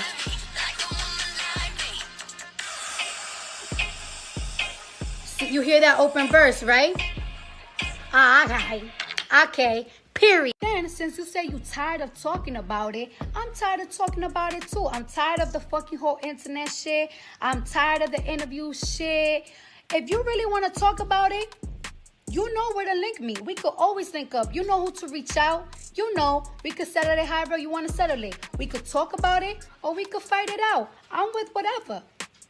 But I'm sick and tired of that back and forth shit. I'm not doing it. I'm in a good space right now.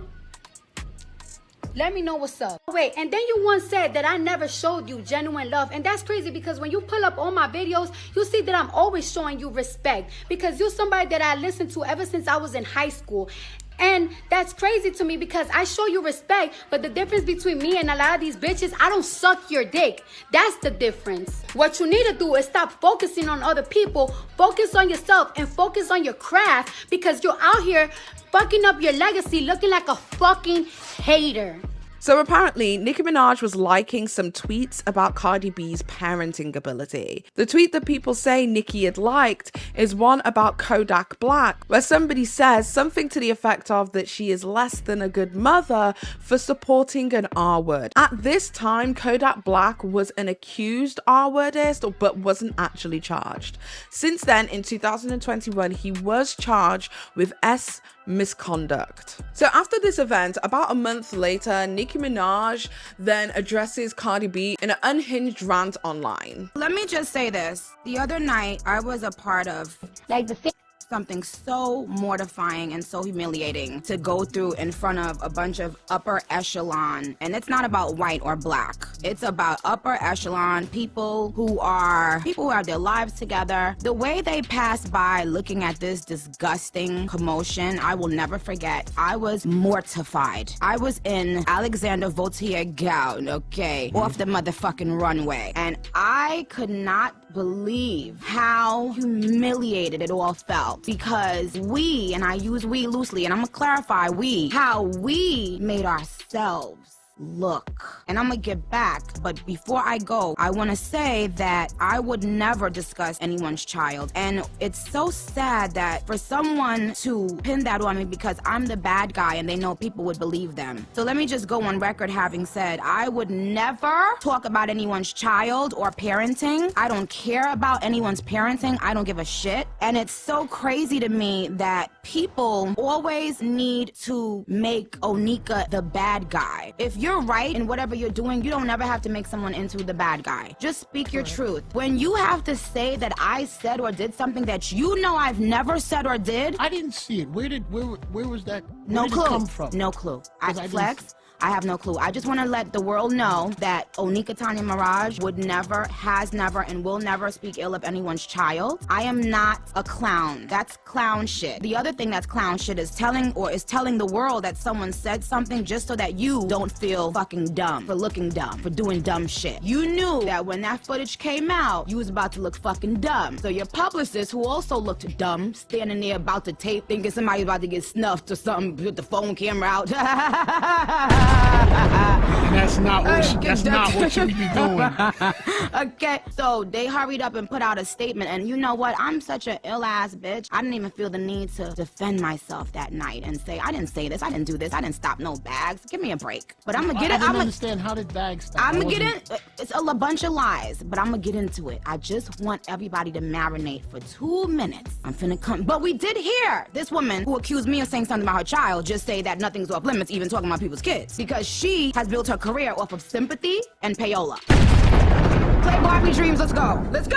So let me get back to what I was saying. The other night, I dressed up really, really nice, and I looked so beautiful. Shout out to my team. My glam team has been really killing it, and so much went down, but one of the things that went down was just horrendous accusations about me that never ever happened. From a person who literally did tell a male rapper not to do my video, not to be in a video with me. And, you know, he listened. He didn't do it. I never bitched and moaned about it. I never spoke about it. People know it's so easy to now say Nicki Minaj stops my bags. She's stopping my bags. They know it's so easy to say that and for people to believe them. So I saw someone write a lot of, well, they didn't write it. Their publicist wrote it. Wrote a lot of lies about me, and I never normally defend myself, but I can't do that anymore. I have to defend myself and let people know these lies are ridiculous. And if I were to tell you the real things about some of these people, you would be on the fucking floor. So let's see. Do we have that girl on the phone? There's somebody that I want to get on the phone really, really quickly before I get into some things, because we gonna get into some things. Clarissa? Yeah, I hear you. All right. Hi, Clarissa. You're on Queen Radio. How are you? Hi, Nikki. How you doing? I'm good. I'm fine. Now tell us why Brooke reached out to you and what you want to let the people know, because there's millions of people listening, and we wanted to hook up and be there for you. What you wanted to let the people know today? You said to tell you what Brooke hit me up about? Yeah. Yeah, what you want to talk about? When she inboxed me, she asked me to give her my phone number so I could come on here and talk about what happened between me and Cardi. And what happened? What was that? Back in 2014, she had posted up an Instagram video. So this was right before she got on Love and Hip Hop, and you know, she made a video talking about her teeth. She was basically saying like, oh, I'm not fixing my teeth. I don't give a fuck what nobody has to say. Whatever she was saying. So I had commented on it, and I was like, well, you know, you should just get them done or whatever. Not saying it like in a bad way, but I'm just saying like, saying you don't care what you say, but just do it, whatever. So once that happened, she went to my Instagram, and she must have read my bio. In my bio, you're saying representation to my son that passed away. So when she read my bio, that's when she came back at me with the comment and was like, oh, bitch, that's why you said I had been on drugs, maybe your baby would have been alive. She was like, fuck you and your kids, and it was just like a whole bunch. She called my son a monkey. So are you a black woman, ma'am? Yes, I'm Puerto Rican and black. Okay, she called your child a monkey. Your dead child, rest in peace to your child. She called your child a monkey and said if you wouldn't have been doing some nonsense that your child would have been alive, and she doesn't know you. Yeah, she was saying if I would have and all this other stuff, my son would have been alive. You had something about your dead child in your bio, and you were hit up by her saying, ha ha ha, that's good, that's why your baby died, and maybe they wouldn't have died, and you're calling your dead child a monkey. Yeah, she didn't hit me up directly in DM. It was underneath one of her posters as a comment. Oh, okay. We have the screenshot of it. I just wanted to hear it from your mouth because, you know, so very often I let people do a lot of bullshit talking about me, and people around the world believe it, but they don't know what type of disgusting pig this person is. So thank you so much for calling. I will hit you back after the show, my darling. I'm sure the bars would like to give you a nice, lovely donation, my darling. Thank you. Bye. Sound after you talk. Calling a dead child a monkey, but telling people somebody talked about your child that never talked about your motherfucking child so you can get some fucking sympathy points. Now, you want to talk about stopping bags, but it's two innocent girls in a strip club right now that ain't did nothing but go to the strip club and get money. Now they can't get no money, so who's stopping bags? Because you got grown-ass fucking men showing up to where the fuck they at and where they work at. They can't feed their kids, they can't feed their fucking family. They can't feed their fucking family because you mad at what another man's sticking his dick inside of. Oh my God. You mad at a woman for what a man is doing. And that's the problem with so many black women and women, period. Oh, because she's not black. Because she refers to you black women. FYI, she refers to black women as monkeys and roaches. Roaches! These are the women going hard for her. The roaches. Black women's is roaches now, child. We roaches, be clear. So there are two beautiful women right now who have been accused of whoever they slept with and, whatever. And so they were, allegedly attacked and are cut up everywhere, but not by women, men. You sending men to beat on women. Let me tell you, but I'm gonna say it again, and I'm gonna preface it by saying this. What's sad is that a lot of times a man can hurt a woman so badly that she no longer even knows who she's angry at. And what happens is, first of all, let's get up a 1-800 number for postpartum depression. I like that sound. Because let me tell you something, that's nothing to joke about. You just had the biggest blessing of your life with a child, and in 2 weeks, you have attacked 3 women, one at Fashion Week, and left looking the way you left looking so that people could point their fingers at our culture and at our community and laugh at us some more. The knot was nuts. It was nuts. It was nuts. It was nuts. The Lord gave you a blessing of a beautiful bundle of joy. And the only thing on your mind once you gave birth was to attack people and to stop their bags. Let me tell you something. A woman cannot give your man pussy if he doesn't stick his dick in there. Who are you angry at, sweetheart? You got these women crying and scared to leave their house, and you want to talk about stopping bags? This is disgusting. Because you know they can't. Because you know they can't afford security. So you scaring these girls to death, and they can't even come to work anymore. And you want to let your publicist write something about stopping bags? Do you know what the fuck it is to sit in your fucking room for hours and days at a time writing raps? You came into my fucking culture. I never had the fucking DJ to play my songs. You calling black women roaches? You getting girls beat up because of what your man doing? No, real bitches never do that. You never attack the woman. You never attack the woman. You take that up with your fucking man. Fuck out of here. You're angry and you're sad, and this is not funny, and this is not about attacking. This is about get this woman some fucking help. This woman is at the best stage in her career, and she's out here throwing bottles and throwing shoes? Who the fuck is gonna give her a fucking intervention? Get the fuck out of here with this bullshit. You niggas don't care until somebody's fucking dead. You niggas want somebody to fucking die until y'all stop. Until y'all stop this bullshit laughing at this shit. This shit ain't fucking funny. You put your hands on certain people, you gon' die. Period. And y'all sitting here like making this shit a joke? I'm not the bitches in a strip club. And I'm not a bitch on a reality show. My money is very fucking long too. So then after that point, Nicki Minaj basically was like, gloves are off and I'm going to be taking jabs at you every single time I see fit. But I think it's also relevant to know that Cardi B's album, Invasion of Privacy, ended up getting so many accolades. It ended up breaking so many records in terms of breaking barriers for rap and women in rap. She had smashed through numerous different records that Nicki Minaj herself had set. And I don't think it's kind of unfair to assume that Nicki Minaj was definitely in her feelings about the fact that she was almost quote unquote being erased so fast by somebody who had only had a debut album, which kind of fueled the conspiracy in her head that Cardi B was an industry plant. After taking a few jabs at Cardi, talking about the Harper's Bazaar event and all of that kind of stuff through subtweets online, eventually Cardi B and Nicki Minaj decided that they would squash the beef and let things die, with Cardi B agreeing with Nicki Minaj that she intends to keep things positive. So that's the end, right? Wrong. That wasn't the end, because then what ended up happening was Nicki Minaj ended up doing another song called Mama, in which she brings two of the ladies that Cardi B's husband was allegedly cheating on Cardi B with in her music video. I think the girls at that current time were in a pending lawsuit with Cardi B. I think there was some allegations that Cardi B had attempted to get these girls beaten up. I'm not 100% familiar with the ins and outs of that, so feel free to educate me in the comment section. But I do believe she ended up serving some community service or had some kind of swift hand of justice with that event. She ended up really getting into trouble for that. The dress was Proenza Schuler, the heels were Christian Louboutin, and the plea guilty to 2 misdemeanor charges.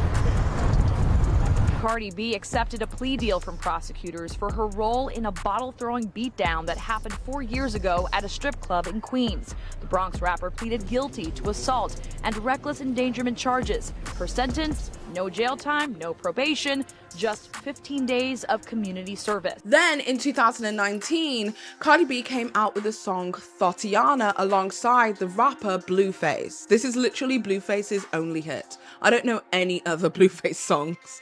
I only know Blueface because of Croissant Rock, and Jesus Christ, that's a whole mess. In that song, Cardi B basically states that somebody is a plain Jane, and if you guys weren't aware, Nicki Minaj had recently come out with a song called Plain Jane. She says, straight lame, my pussy a bust down, yours plain Jane. Girl, yikes. But a lot of people felt that that was a shot because Nicki Minaj had a song called Plain Jane. But then Nicki Minaj decides to release her own remix of Thotiana, in which many people allege that she was dissing Cardi B again. She says lyrics like, they copying my style, Copiana, Roger that over Copiana. Then she says 85 comma plus 3 zeros, plus another comma plus 3 zeros, then add a dot, bop a dot dot bop a dot dot oh, been at the top. Before this song came out, bitch, you been a thought. Later that year, Cardi B ends up winning a Grammy for Best Rap Album for her album Invasion of Privacy. And the Grammy goes to Invasion of Privacy, Cardi B. Oh my goodness. Ciao. Now it must be mentioned that Nicki Minaj, in all of her years, has never been able to get a Grammy. There is a conspiracy surrounding that. We'll detail that a little bit later, hopefully if I have some time, because it's going to be a very long video.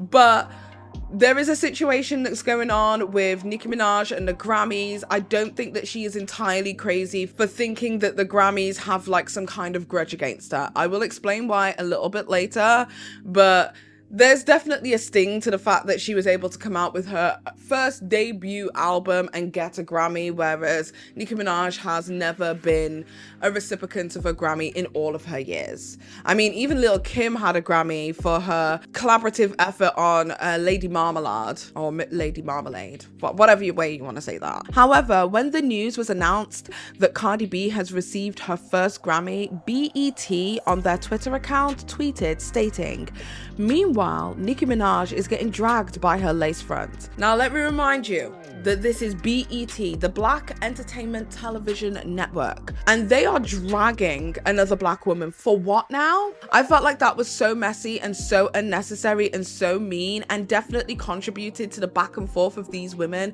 when it didn't necessarily need to be. BET is supposed to be here to like uplift the members of the black society, and why on earth are they like instigating arguments and fights and dragging by a weave? It's just very much giving microaggression, and I don't like it.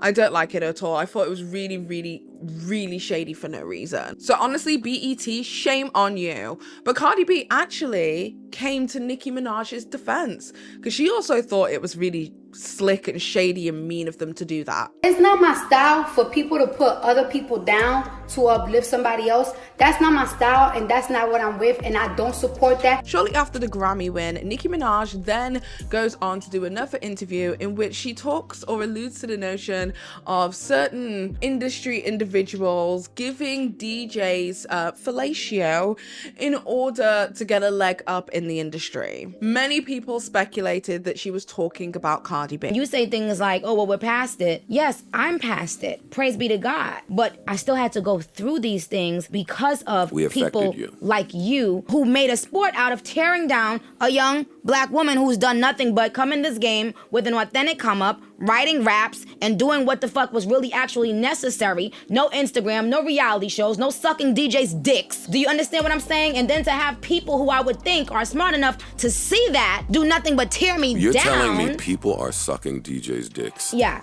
The people who I gave that respect to, who I thought was like, tag, I'm not gonna ever forget the work Nicki's put in. Just like I'm not ever gonna forget the work Jay's put in, or Lil Wayne's put in, or Eminem's put in. Those people came together to try to end me. And sweetheart, before I get off this Insta, let me say this, it'll never fucking happen.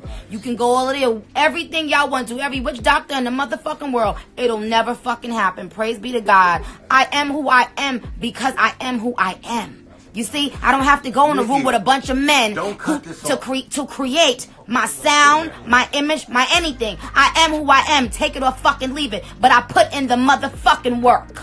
I put in the work. Good night. Then in 2020, Nicki Minaj releases a song called Trolls with Tekashi 6ix9ine, in which she takes further jabs at Cardi B, singing lyrics such as "Dollar Dollar Bill, come get her. Even your man know Nicki's doing better.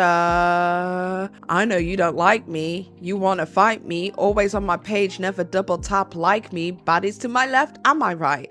Never chase a corny N-word, that is on my life." Continuing by saying, "Somebody ushered this N-word into a clinic. My flow's so sick, I ain't talking a pandemic. I write my own lyrics, these B-words are gimmicks. They studied Nicki's style, now all of them wanna mimic. Talking about snitches when they're snitches in your camp. Never stand alone, always itching for a stamp.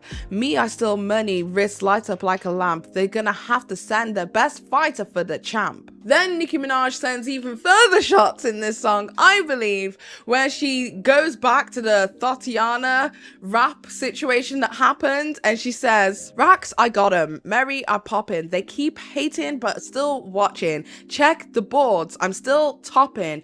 Bust down or plain Jane, I got options." Then after that, Cardi B does her biggest song, I think probably to date, WAP, with Megan Thee Stallion. And Megan Thee Stallion had only just recently done a song with Nicki Minaj called Hot Girl Summer, which is an important piece to note, so jot that in your pad because we're going to be coming back to that in a moment. Then in 2021, Nicki Minaj releases her own mixtape called Beam Me Up Scotty, which 4 out of the 7 tracks I think there was on this album, many people felt were all directed shots at Cardi B. And that's exactly what commenced the rap games of Nicki Minaj as well as Cardi B sneak dissing and rapping and going at each other on social media up until present day. Okay, so now if you weren't aware, Nicki Minaj has been blackballed by the Grammys. I say this in the way that I do because I believe it to be true. This all stems back to 2014 when Nicki Minaj was set to perform on the stage at the Grammys, and the dude who runs the Grammys basically turned around and said, "Can you not do it tonight? Whitney Houston literally just died tonight, and this might be a controversial, show it is that you're putting up." Because if you aren't aware, the premise of the show and the depiction, it was that Nicki Minaj was trying to show at the Grammys was her alongside the Catholic Church and members of the Catholic Church just playing around with like religion and all that kind of stuff, and imagery that would give you very much exorcism and all of that kind of stuff. And it ended up causing a lot of controversy because, against the advice of the Grammys, Nicki Minaj continued to perform that evening. A lot of people felt it was tasteless because literally that day in the building above, Whitney Houston had just passed away. I don't even think they'd moved her body yet. Houston's sudden passing was the talk on the red carpet. I really feel sad about Whitney, and especially for her kid. It just doesn't make any sense at all. The poor thing, she had everything, and she gave us so much pleasure. So there was already like a very solemn feeling to the Grammys that evening anyway. But also the Catholic Church felt that it was extremely disrespectful for Nicki Minaj to perform something like that. And Nicki Minaj ended up getting into further trouble for basically saying, well, the Grammys knew that I was going to be performing and what it was that I was going to do. And the Grammys were like, oh, thanks for putting that on us. Do you know what? Never come to another Grammys again. You're never winning anything. I genuinely feel that Nicki's version of events as to why the Grammys have never respected her is truthful. I feel like there are definitely people who are holding grudges against Nicki Minaj and don't want her to receive her accolades. Let's keep one thing 100 and a buck and a bean. Nicki Minaj is one of the highest selling female rappers of all time. She is top charts over and over again. She has gone above and beyond to prove herself within this industry. While she can say you might not like Nicki Minaj as a person, when it comes to Nicki Minaj as a rapstress, when it comes to Nicki Minaj as a poet, when it comes to Nicki Minaj as a writer, when it comes to Nicki Minaj as a hit maker, we cannot disrespect her. She definitely should have had a Grammy in her career at this point up until now, at least one. That little backstory about why Nicki Minaj got into trouble with the Grammys and why there's like a little bit of back and forth and angst in between them is very important for the next story, as we are talking about her beef with Lotto.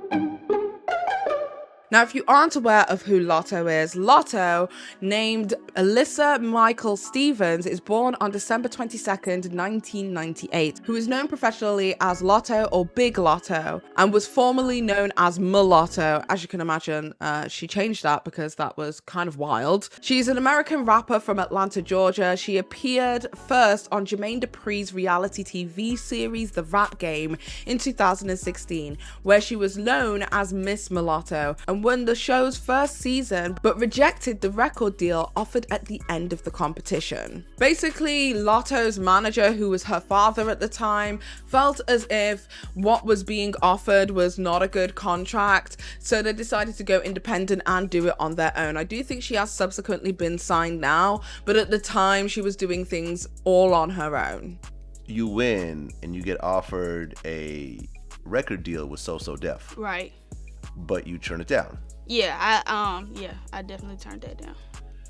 Okay, so why did you turn it down?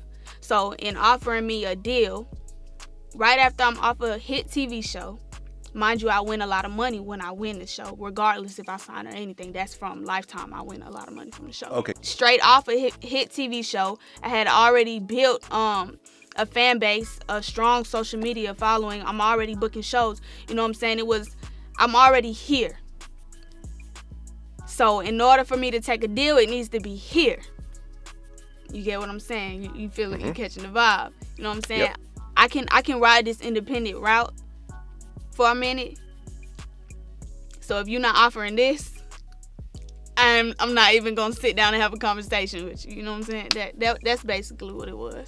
So the beef between Lotto and Nicki Minaj started when Nicki Minaj released Super Freaky Girl and decided to submit that song into the Grammys. I believe Super Freaky Girl is a super catchy song with replayability and did very well in the charts. Nicki Minaj sent in her single Super Freaky Girl in for the rap categories. However, the Grammys rejected Nicki's placement and decided to place her in the pop category. Despite Nicki Minaj actually not singing on the track at all and literally primarily rapping all the way through. This was a huge blow for Nicki Minaj because that meant that Nicki Minaj's song Super Freaky Girl would have to go up against other people such as Adele, Taylor Swift, Harry Styles, Dua Lipa, and quite frankly just didn't make any sense. So Nicki took to Twitter and basically was like, hold on, how is Lotto's song Big Energy not placed in pop, considering it is also a huge pop hit whilst also being rap? Why does that go into the rap category when there is actually more singing, predominantly by Mariah Carey, in Big Energy than there is for Super Freaky Girl? And honestly, I think that's completely valid. I think that they were messing with her. I think they were playing in her face. And I think that it is completely unreasonable that Lotto gets to be in the category over there, but not Nicki Minaj, considering they're both pop hits. They were both extremely popular, but I would definitely categorize both of these hits as rap. There's a theory going around that they wanted Lotto to have the ability to win in the rap category because at this point she had been signed, and that if Nicki Minaj was to go toe-to-toe with her, then it would be more likely that Nicki Minaj would win over Lotto because Lotto is very fresh in the music industry. And prior to the Grammys acknowledging that Lotto would be put into the rap categories, Lotto had always said publicly on social media that it was a pop record. So she basically went on to criticize the Grammys for saying that Big Energy was rap and Super Freaky Girl was pop, yet Hotline Bling a few years previously was entered into the rap category despite the song being entirely sung and being a popular hit. Like, you used to call me on your cell phone is not rap, that is pop. Super Freaky Girl where I only rapped on the song was removed out of rap categories at the Grammys, right? And put in pop.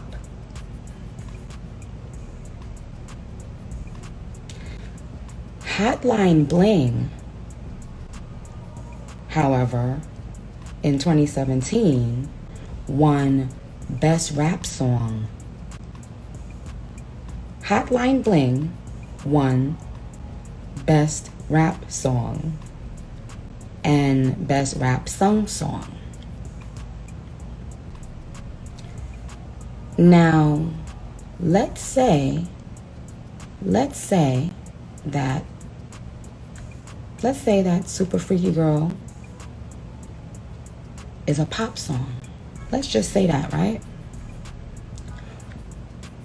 What is Big Energy? If Super Freaky Girl is a pop song, what song is Big Energy? What genre is Big Energy? So I'm just going to explain this to you. Yes, thank you. They stay moving the goalpost when it comes to me, because in order for them to uplift the people who they want to shine, the people who these corporate giants, can make the money off of, the people who control things, a lot of things behind the scene, they have to elevate someone that they profit off. So they must move the goalpost for me all the time. And shout out to Drake for, even Drake spoke up on this when he was like, why am I winning a rap award for Hotline Bling? And he did the right thing. To me, that's what you're supposed to do as an artist. If you know something is unfair as an artist, speak on that shit. Drake could have just let that shit slide and just add to his collection, but he spoke up. You know what I'm saying? So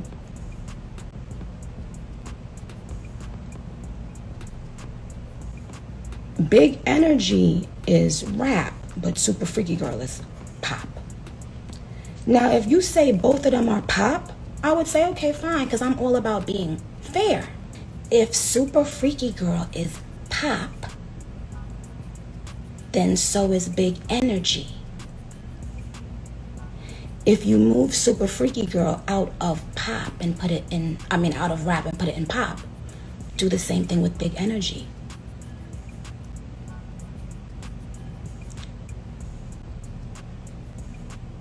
Right? Same producers on both songs, by the way, if you want to talk about it. So let's keep shit fair. But I know one thing. Even when I'm rapping on a pop track, I still out rap. But this has to always be done because in order for them to, and this is a group of people, if you can't tell by now, you're not opening your eyes. If you can't tell by now that there is a concerted effort to give newer artists things that they really don't deserve over people who have been deserving for many years. There is an agenda because I am not signed to a 360. And for many years, there was a certain label that had to pay me non-stop for their features. So if we're going to talk about it, I'm going to talk about it. But why is the goalpost only ever moved when it's Nicki? Well, I'll tell you why. They don't want the people who they have in the industry to have to go up against me. But why? If you're great, if a song is great, you should be able to be put together in the same category. Now, what do you think is gonna happen when they start voting on these pop categories? And it's a bunch of, people, white or wherever they're from or older or wherever, and they have to decide between Nicki Minaj and Harry Styles or Nicki Minaj and Adele or Nicki Minaj. Like, that's purposely designed so that Nicki is not in the category that we don't want any competition in. Put her in there so she has more competition and less of a chance to win.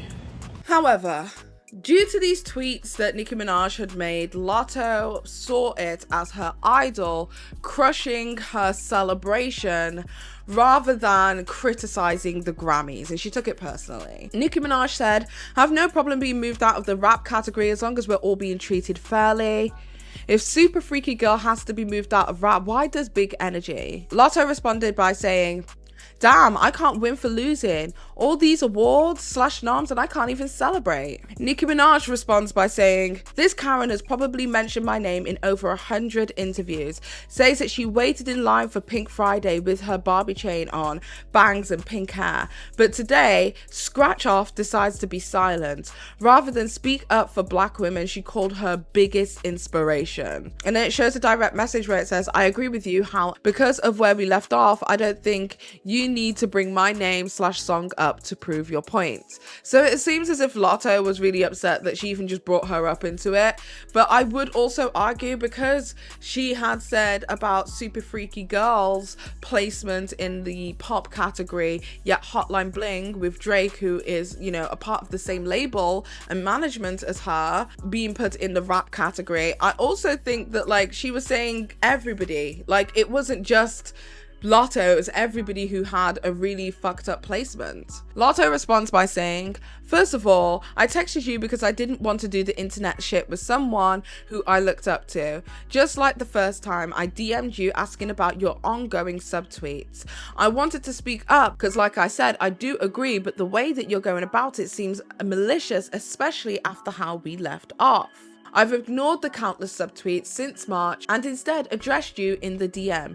You asking why I didn't speak up in your defense is the same answer I gave you when you asked why I didn't congratulate you. You are literally older than my mum trying to be a bully." And then Nicki Minaj responded by saying, "All this time, I thought you were at least 35. This whole entire situation turned into an internet back and forth between Lotto and Nicki Minaj. More leaked exchanges between the two show that Nicki Minaj actually did confront her about this. Then after the back and forth between Nicki Minaj and Lotto then decided to leak audio of Nicki Minaj and her talking on the phone, in which Nicki Minaj does not come across very nice or personable at all. "I've done nothing to you." Yeah, you are. Something that is clearly delusional. It's delusional to say that other girls are flourishing.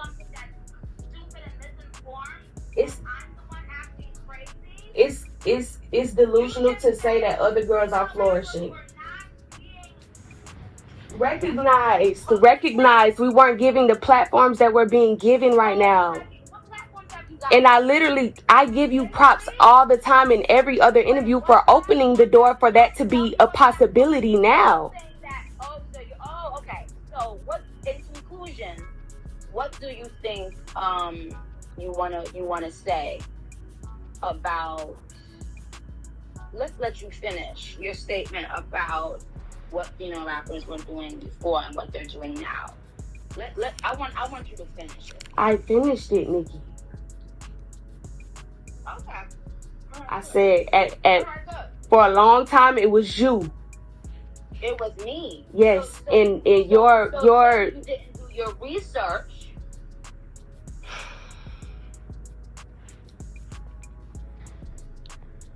What So what I'm gonna do is I'm gonna have somebody send you the information about all the women in the last 10 years who have had Billboard recognition, worldwide global recognition, since you are clearly putting yourself above these people.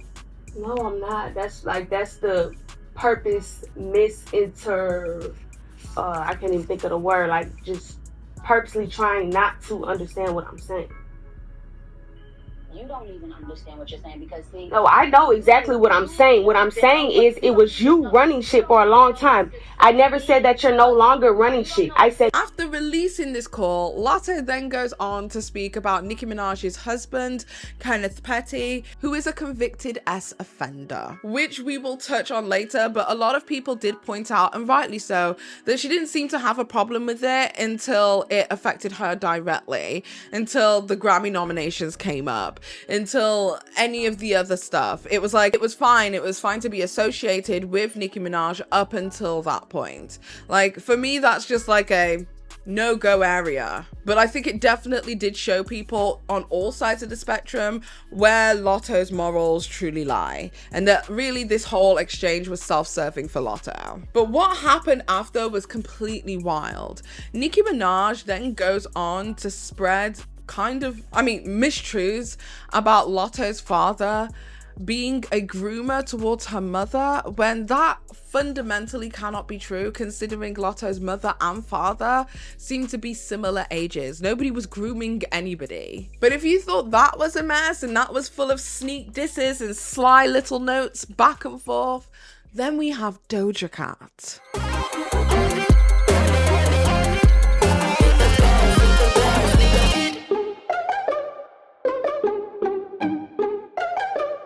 Okay, so this entire section in regards to Doja Cat is honestly purely speculation on my part as a Doja fan and as somebody who listens to Doja's music frequently. I remember when I was showing this on Twitter, I showed a video of me scrolling through my notes and everything it is that I'd put together.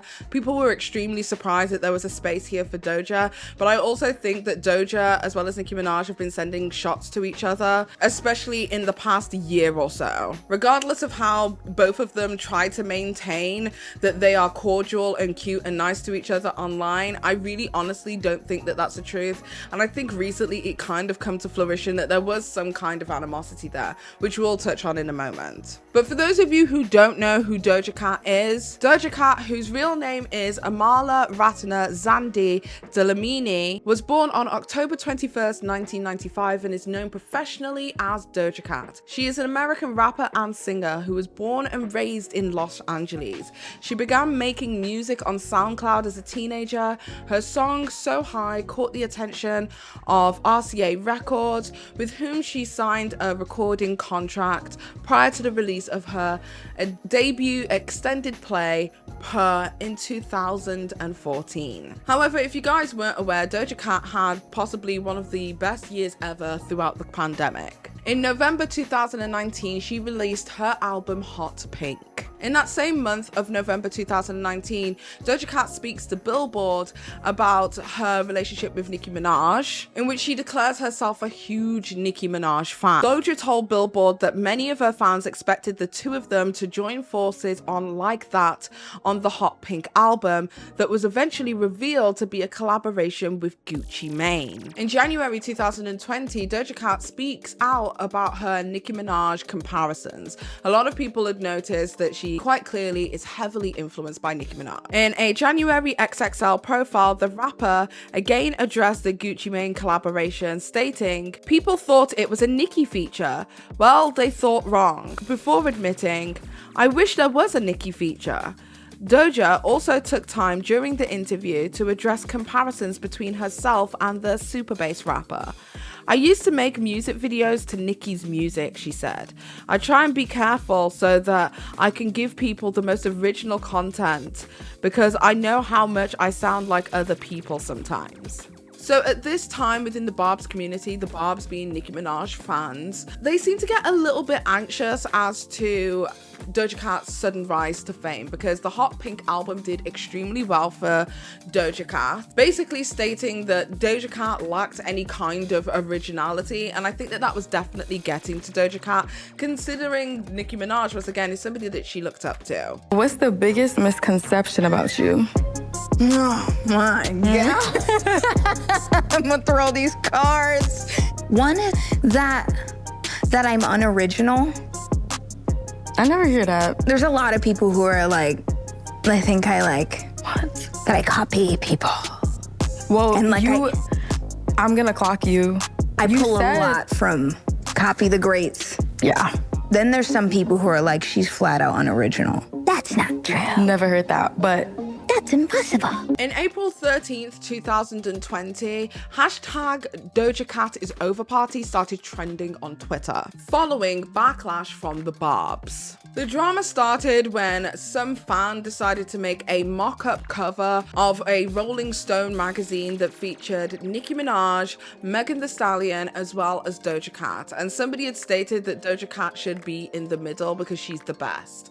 And that was somebody who was a Doja fan. Instantaneously, like literal fucking bees to pollen, the Barbs ended up swarming against this one fan and basically saying, listen, Nicki Minaj is the best rapper of all time, F you, we hate you, all this kind of stuff. And the fan ended up experiencing an immense amount of hate for simply just liking one person more. So Doja Cat basically went to defend her fan and said, listen, these people, they only want drama, just leave them the hell alone, they're just horrible people who have nothing better to do with their lives. I'm summarizing. She basically called the Barbs Twitter gangsters, stating that they have nothing kind to say about you or anyone, and they live and breathe being effing immature. And then she followed up that assessment by saying, they're literally scum, they mean nothing, don't explain yourself. So simply by Doja Cat stating to one of her own fans, don't engage in the back and forth with these people because they literally have nothing better to do with their lives, it turns into Doja Cat hates the Barbs, therefore Doja Cat hates Nicki Minaj, therefore hashtag Doja Cat is over party. I cannot express to you how incredibly immature this is, and definitely does show that what Doja Cat was saying, that these people are immature, is exactly fucking correct. But this was quite an interesting turn of events, because this wasn't an artist's direct interaction or encounter with another artist. This was an artist's encounter with a fan base. On April 21st, 2020, Doja Cat finally puts the beef to rest. During an interview with Apple Music's Zane Lowe, Doja Cat said the following: I'm standing up for this guy and I'm just getting upset with everybody, she said of defending the fan on social media. Then I said, these people are idiots, they're children, they're scum. Because they were, these 5 people are scum. They suck, they literally suck. I don't even know who they are. And basically, so then people started spinning it, of course, because, you know, that's the internet. They start spinning it that I'm talking about every single person who likes Nicki Minaj, when they don't even know I am the biggest Nicki Minaj fan, Doja continued. So they're stupid. They don't even know me. So they say things that they have no idea what they're talking about. But that's basically how that panned out. But then in the summer of 2020, Doja Cat releases her biggest solo single to date, I do believe at this moment, Say So. After the hugely viral success of Say So, Nicki Minaj decided to hop on a remix alongside Doja Cat for the Say So remix, which ended up being extremely successful and helping garner both of these ladies a debut #1. That ended up putting all of the Barbs versus Doja Cat beef to rest, because everybody was happy that they were collaborating with each other, and it was quite clear that there was no beef between Nicki Minaj and Doja Cat herself. Just that Nicki Minaj's fan base are rabid and they need to be dealt with, which she doesn't like to do, but that is a different conversation for another day. Now, Nicki Minaj, for me, is very well known for hopping onto a remix.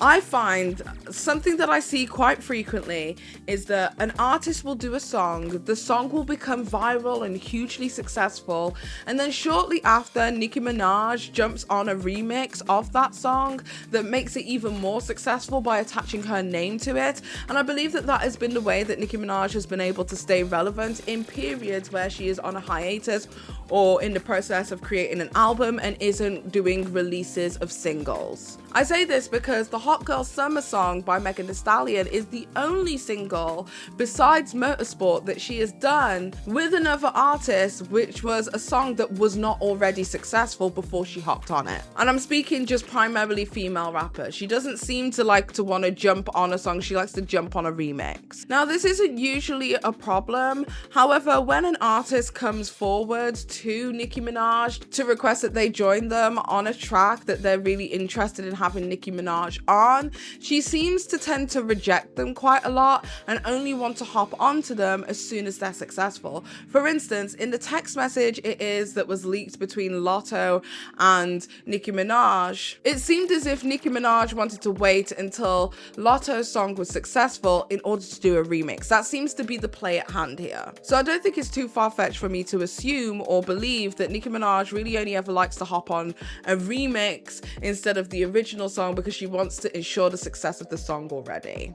Having collaborated with Doja Cat on the Say So remix previously, it seems as if Doja Cat had requested that Nicki Minaj jump on another track with her. She was releasing her next album, which is Planet Her, and she had a single on it called Get Into It Yeah. It seems as if Nicki Minaj may have rejected being on that single, because even in the original song, she has playing at the end, "Thank you, Nicki, I love you." Almost as if that was the demo it is that she sent forward to Nicki Minaj that she rejected. This is a conspiracy of mine, not based on fact. I mean, that was in the final release of the song. It's still on the song to this day. If you go and search that on YouTube, Get Into It Yeah by Doja Cat, you will hear at the end of the song, "Thank you, Nicki, I love you," which doesn't make any sense because there's no collaboration going on there. It's just Doja Cat. Why would she randomly say in a song, "Thank you, Nicki, I love you"? Thank you, Nicki. I love you. So I don't know if you believe my conspiracy, but it is my conspiracy. And a lot of the kittens also feel as if Nicki Minaj actually did absolutely nothing to stop her fans attacking Doja Cat ahead of the Say So remix. Meaning that up until the day that Doja Cat told the world that she was collaborating with Nicki Minaj on a remix, the fans were still hashtagging Doja Cat is over party. Again, this is my conspiracy of why there might be some animosity here. Okay, so then let's bring it into present day. Doja Cat releases her next album, Scarlet, and I get to go to the Scarlet tour in June. I'm so excited. I was like, oh, she's sending a message to Nicki Minaj at this moment in time, girl. She is saying, Nicki, I don't need a feature. I never needed a feature, and I am a rapper, and you will put some respect on my pen. It, for me, was totally about the Nicki Minaj snub. She says, I'm going to release an album with no features. This album is going to be a success. This album is going to top charts. I am going to go on tour. I am going to be successful, and I'm going to do all of it without anybody's help. She is a Leo Scorpio cusp, so that's very much giving Scorpio energy, that stubborn energy, I'm just gonna say. And if you think that this is a reach, that I think that her doing this kind of album was not like a huge fuck you to Nicki Minaj. Okay, so then let's go over some of the songs it is in Scarlet that I think are massive jabs at Nicki Minaj. We have her most popular song off the album, the lead single, Paint the Town Red. Yeah, said pop make money now, you try B. You could use a revamp and a new vibe, sis. I don't need a new feature or a new sidekick. I don't need a new fan cause my boo like it. I don't need to wear a wig to make you like it. I'm a 2-time B, you don't knew I'd win. Throw a shot like you trying to have a food fight then. All my ups waiting for me to be you by a bet. Said I got drive, I don't need a car. Money is all that we're fiending for. I'm doing things they ain't seen before. Fans aren't done, but extremists are. I'm a demon lord, fall off what? I ain't seen the horse. Called your bluff, better cite the source. Fame ain't something that I need no more. Cause bitch, I said what I said. I'd rather be famous instead. Okay, that not enough for you? Let's take another look at one of the songs on the album. Demons. I am an effing queen.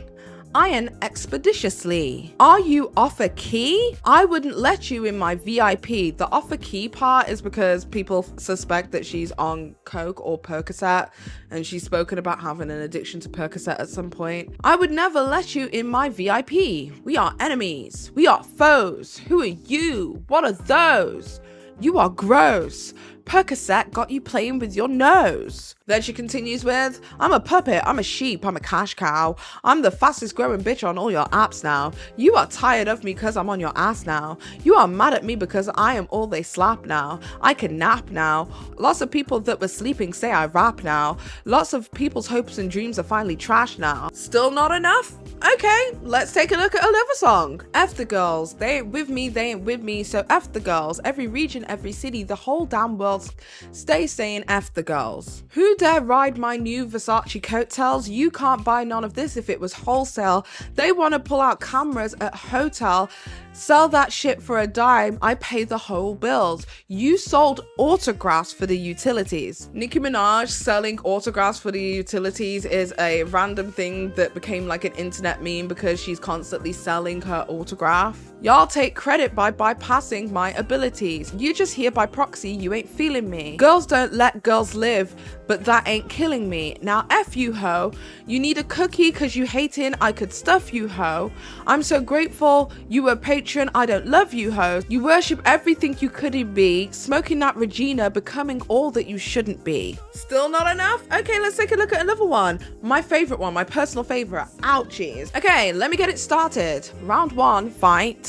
Round 2, ice. Round 3, bye. Now, I feel like the round 2 ice, and maybe I'm reaching here, is her relationship with Ice Spice. If you guys don't know, Nicki Minaj released 2 songs with Ice Spice that did tremendously well for Nicki Minaj as well as Ice Spice. The Barbie World stuff actually getting them nominated for a Grammy. But if you also didn't know, on the US leg of the Scarlet Tour that Doja Cat just recently did, Ice Spice was opening up for Doja Cat. So I think that that was like a subliminal shot, like I'm gonna take that from you too.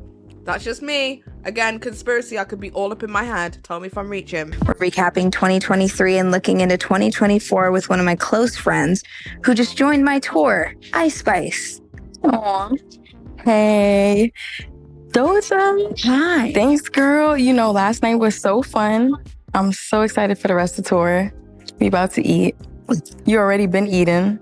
Oh, thank you. Anyway, the lyrics continue by saying, every time I hear them talk, I assume they crazy. You could open up for me. Who are you, first lady? Shut it down mid-show. Tell them F you, pay me. That's a new Mercedes. I am graduated. Then she continues, yeah, there is so much ice. She wanna hit me. I said, no, Mike Tyson. In 2050, they won't know you, Otis.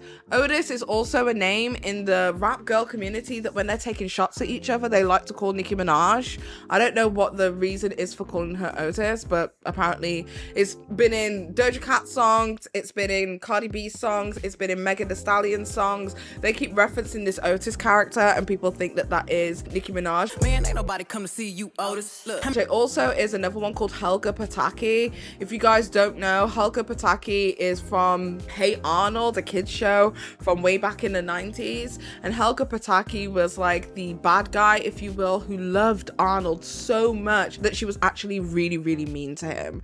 And basically a lot of people refer to Nicki Minaj as Helga Pataki because like she watches their every move because she's so obsessed with them, but that obsession has turned into hate. But anyway, 100 Billies, I'm the GOAT, no Eilish. I also think that this is a read towards Nicki Minaj. Again, tell me if I am reaching over here, because Nicki Minaj teased that on her most recent album that she would be having a feature from Billie Eilish, but Billie Eilish never featured on the song. She literally sampled one of Billie's biggest hits. So I feel like it was supposed to be a feature and maybe that got pulled because maybe Billie has more affiliations to Doja than I don't know. But I just thought like, oh, isn't that funny that that became an issue or a problem? Like it wasn't a feature anymore. It was just a sample. Interesting. She continues, you full of Remy, now your face look tired. Used to be the baby ma, now you Martin now. You're gonna need another dark, can't talk me down. You better pick her up because she's brawling now. And then at the end of the song, as if she didn't need to assert herself any further, she continues by saying, you crusty, musty, dusty B-words, don't you ever, ever in your life come for me. Who are you fighting, Doja? Who's this fight with? Still not enough? I've got more for you, because out of this 17-song album, 8 of the songs that I've counted definitely sound like she's taking shots for Nicki Minaj. So let's continue, shall we? 97. Now this one really took me by surprise. Again, I'm sorry, I'm fangirling right now because I'm literally a Doja fan. But 97, the lyrics for this one, I didn't realize until I looked into them. Pull up acting smiley, instead acting stupid. Like they wasn't trying to fight me in threads about some music. In a tweet that I'ma probably still stand by, I'm ruthless. Keep your money, funky bitch, cause I don't play about the rumors. Skulls and Bones. You need to mind your business, Helga Pataki, cause I'ma do something devilish if you at me. I might hit woo for the kudu and get a back piece. You too high off that boo-boo to unpack me. Balut. So easy, so cheesy, so fresh, so queasy, so nauseous, so sick. Is it coke? Is it crack? Is it meth? What the fuck do you put in those hits? I'm the shit. I'm the shit. You're a real piece of shit. I am needed. You're a needy bitch. I'm competed. You're incompetent. You are fleeting because you copy this, copy that. Every bitch that is here is a copycat. Copy the greats. That's my #1 strategy. But beware that you can't copy stats. And the last one, what you mean freestyle? Ain't no beef, ain't no sides, ain't no competition when they hear me slide. I'ma sell out all my seats to see me live. I was a sellout till I noticed I got drive. Bitch, I get my life and it's giving. Got a lifelong career, you make a living. Got that overflow trophies, you ain't winning. Got my body done, but look who's really sitting now. Bitch, you must be kidding, please be kidding. Got an overflow of growth, you bitches thinning.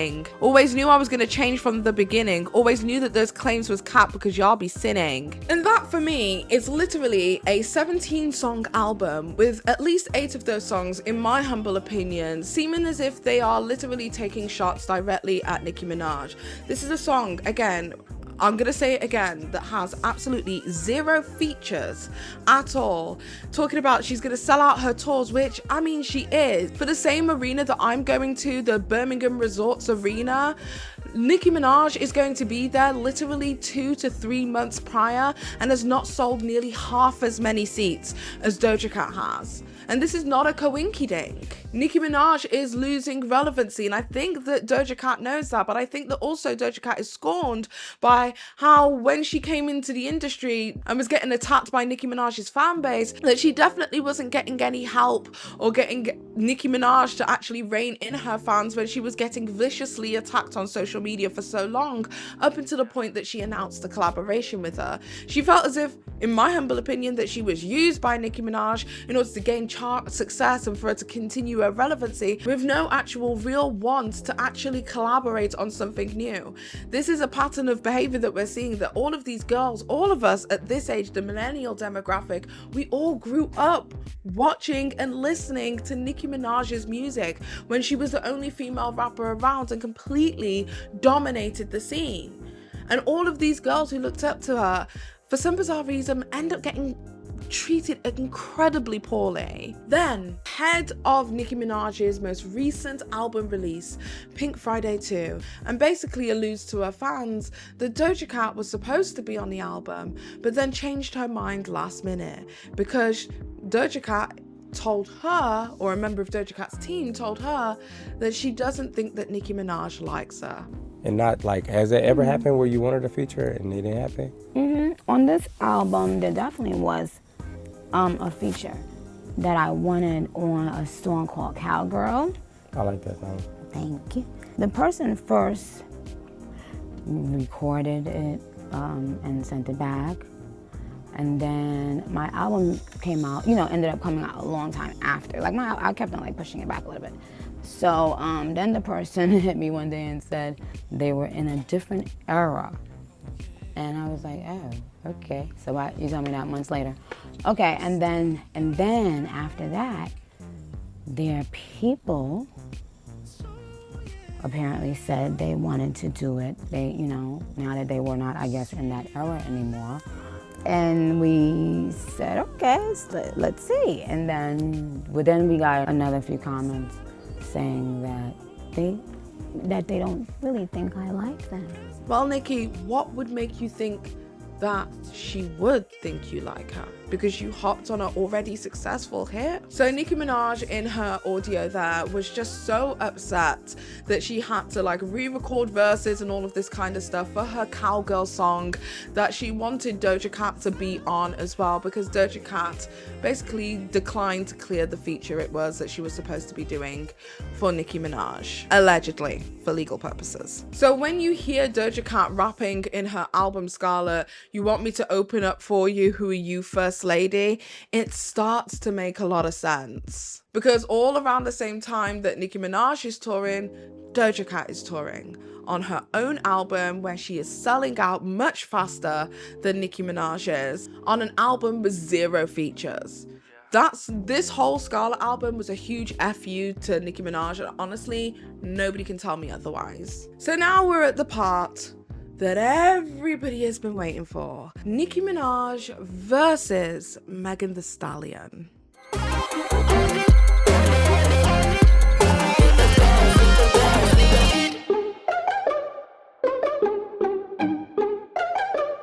Okay, so Nicki Minaj and Meg Thee Stallion really didn't have much beef. There was no, she came into the game and Nicki Minaj was looking at her sideways. None of the same build-up that we have seen with some of the other people who have had beefs with Nicki Minaj. Essentially, Nicki Minaj and Megan Thee Stallion were pretty friendly, and Megan Thee Stallion had asked her to get on a song called Hot Girl Summer, and Nicki Minaj had declined to go on it several times. It was only when Nicki Minaj was in a live stream that Megan Thee Stallion hopped into, where Megan Thee Stallion actually confronted Nicki Minaj and was like, "Hey, I would really like it if you got onto that track, but you're saying that you're too busy." And because of all of the fan excitement at the idea of Nicki Minaj and Megan Thee Stallion collaborating on a track, they decided to do it. So what else is new? What else is on the board to be discussed? So we're dropping a Hot Girl Summer song.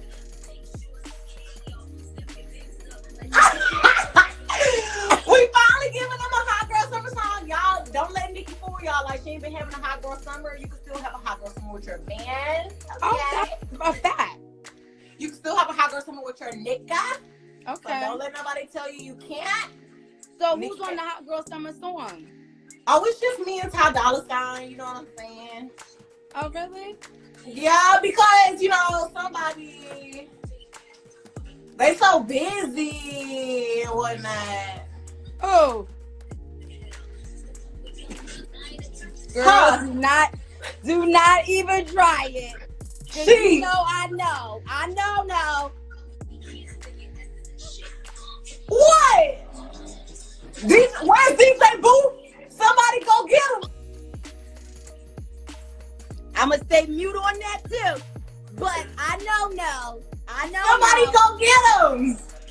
Cause we've been looking for it. Really?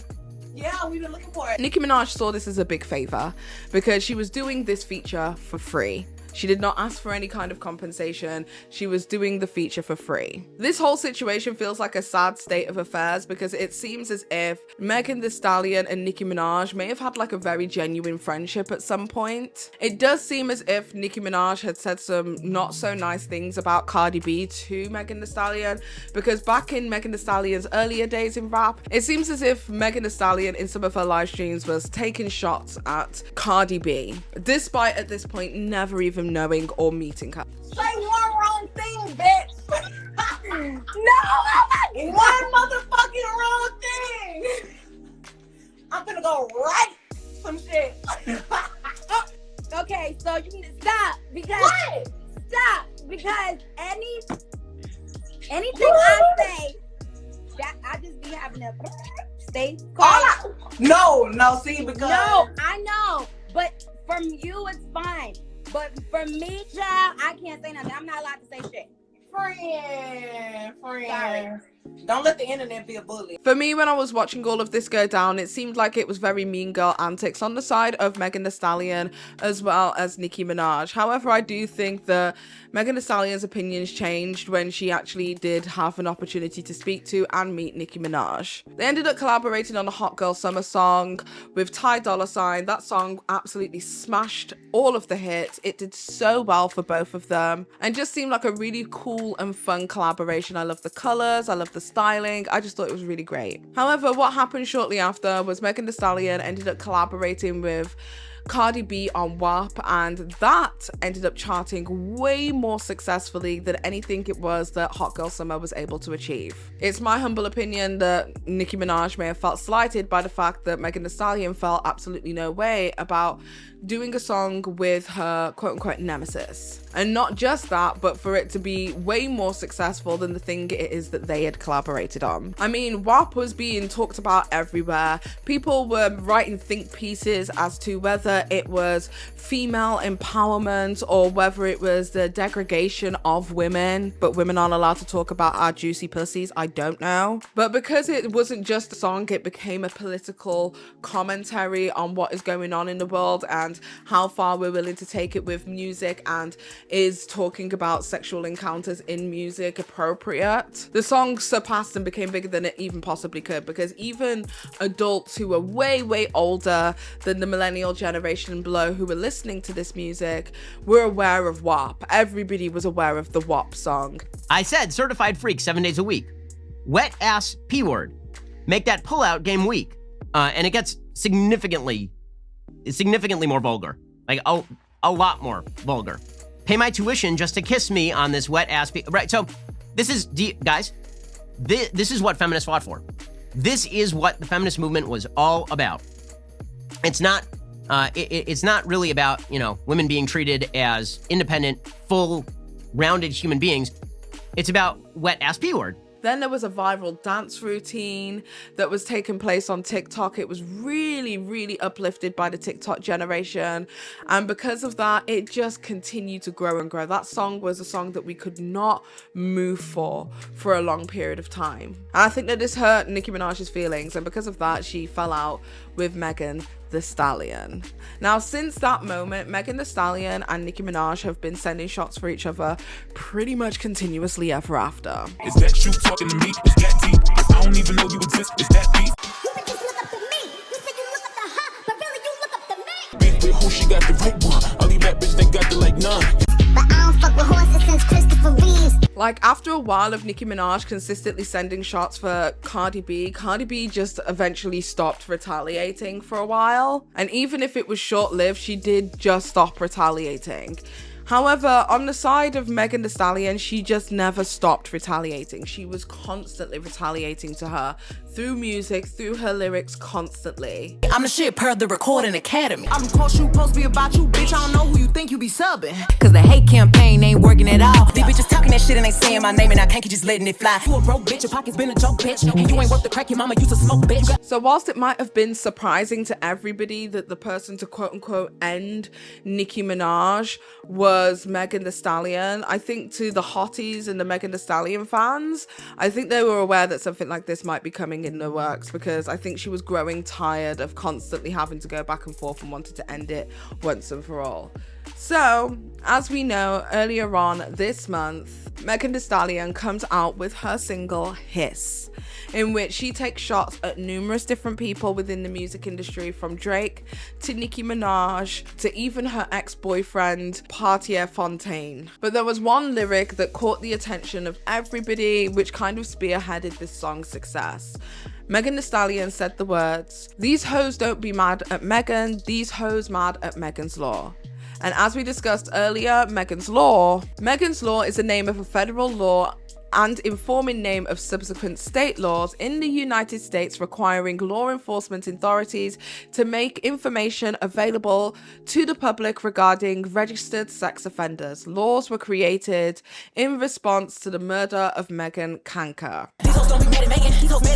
Now, in order to understand why that stung so much, we have to go into the people it is that Nicki Minaj chooses to associate with. Nicki Minaj's husband was involved in a sexual assault case dating all the way back to approximately 1994. Jennifer Howe is a woman who has allegations of rape against Kenneth Petty, who is Nicki Minaj's current husband. The event allegedly took place in 1994. Jennifer Howe is actually in the current process of suing Kenneth Petty as well as Nicki Minaj, as they attempted, as it's alleged by Jennifer Howe, to silence her not only financially but through intimidation. I'm tired of being afraid.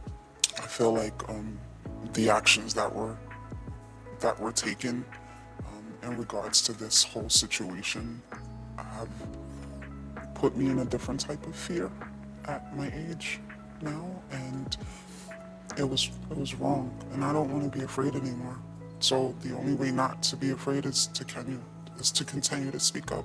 I don't think I thought about justice per se, because I was still blaming myself.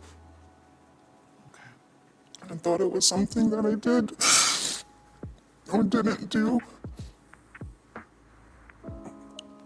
So I don't think I thought about if I got justice. I just knew he did what he did and he went to jail, and I had to leave my family, I had to leave my home, and I had to move away. How has this affected you emotionally over the years? Hiding within myself, living and surviving through insecurities, using them to protect myself, thinking that if I don't look a certain way, I won't attract a certain type of attention. And I've been like that my whole life. I was so afraid of being found out. I was so afraid of being known as the person he violated.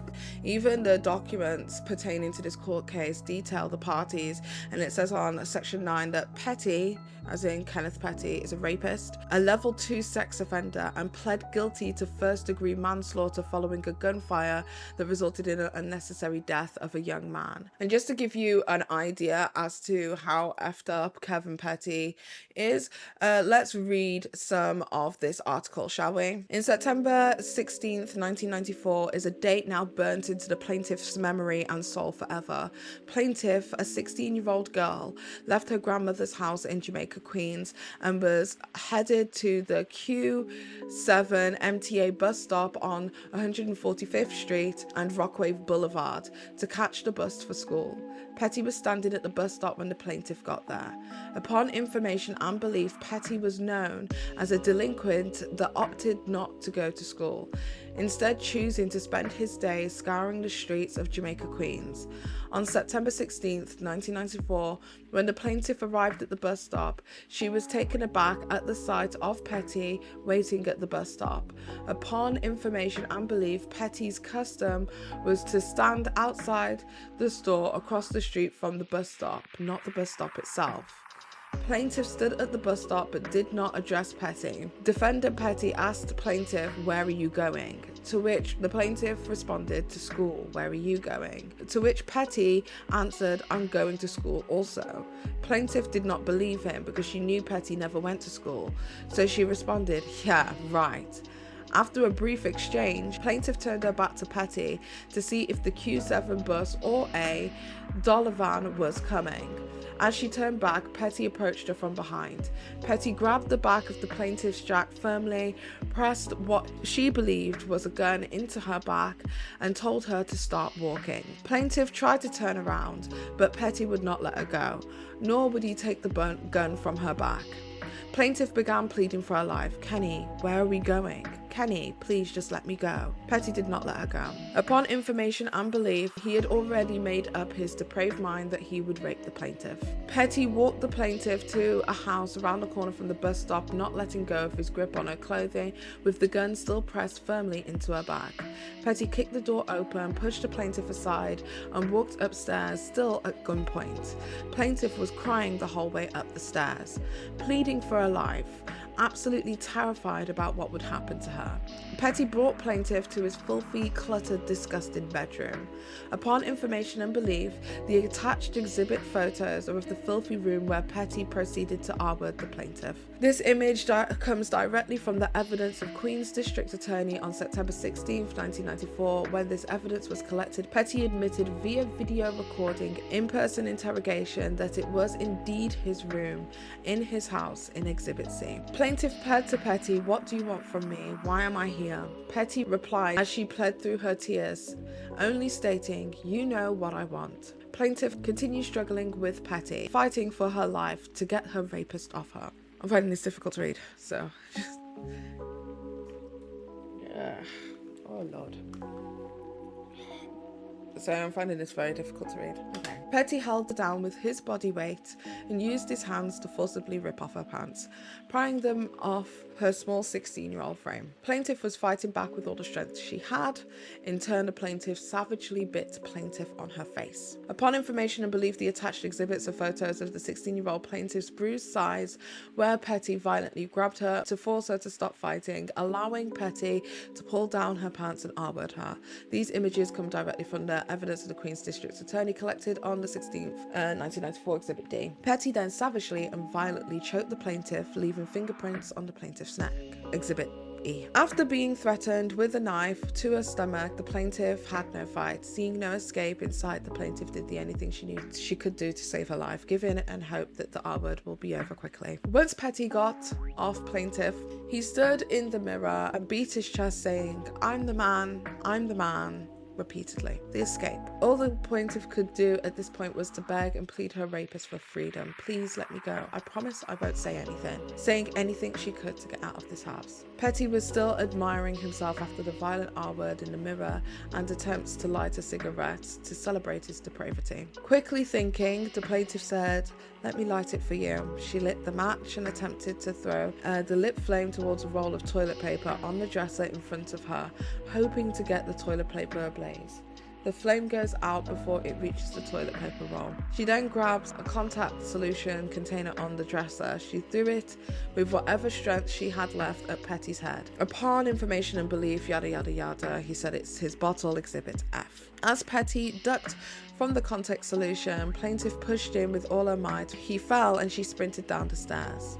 "Nobody is going to believe you." Petty quickly gets up and yells down the stairs as plaintiff runs, a sentence that follows her for the rest of her life. "Nobody is going to believe you." 16-year-old plaintiff immediately reports the R-word. Plaintiff did not stop running and sprinted at least 20 blocks until she reached John Adams High School. Once there, she informed the school security guards what had happened, and they immediately contacted the police. Once the police arrived, they questioned the plaintiff. They had placed her in a van to go to her house to confirm the location of the R-word to arrest Mr. Petty, Exhibit C. Petty was still in the house where he R-worded the plaintiff and was arrested on the spot, Exhibit H. The plaintiff confirmed his identity, and then the police took Petty back to the police station and took the plaintiff to the hospital to be checked out. Petty is arrested and then released. On or about September 16th, 1994, Petty was arrested for R-wording the plaintiff and later released on $35,000 bond. Exhibit I. Petty's spermatozoa or sperm/semen is found in the plaintiff's vagina and in Petty's underwear. This is why I don't want to hear no information from the Bobs telling me that she's a liar, she's a dish, she's changed the story, blah blah blah blah blah. Girl, the semen's in her panties. Do you understand me? On or about September 16th, 1994, the plaintiff completed a rape kit at Jamaica's Hospital Emergency Department, Exhibit J. On September 22nd, 1992, chemist Monica Brooks provided the police a laboratory analysis report that states in the relevant part 2 vaginal smears, and one of the panties were positive for the presence of sperm. 1 pair of checker shorts were positive for the presence of sperm. September 21st, 1994, Petty was indicted on 5 counts of rape and first-degree sexual abuse, first-degree unlawful imprisonment in the second degree, and the assault in the second degree, the criminal possession of a weapon in the 4th degree. Exhibit L. Plaintiff Petty pled guilty to attempted rape in 1995. On or about the 5th of April 1995, before Justice J. Arthur Copeman of the Supreme Court of the State of New York, County Queens, Criminal Team Part K6, defendant Petty pled guilty to the following. The court, and this is the part we need to pay attention. Did you hear and understand the application to a guilty plea made to the court a few months ago on your behalf, which was that she said that you wish to reinstate a guilty plea that you had entered into this case on November 10th, 1994, which you pleaded guilty to an attempted rape in the first degree. Under the first count of the indictment, Class C, violent felony, to cover all charges against you in this indictment. By pleading guilty, you are admitting that on or about September 16, 1994, in the county of Queens, being male, you attempted to engage in sexual intercourse with Jennifer Howe, the female, by means of forcible compulsion. Is that correct? The defendant, yes.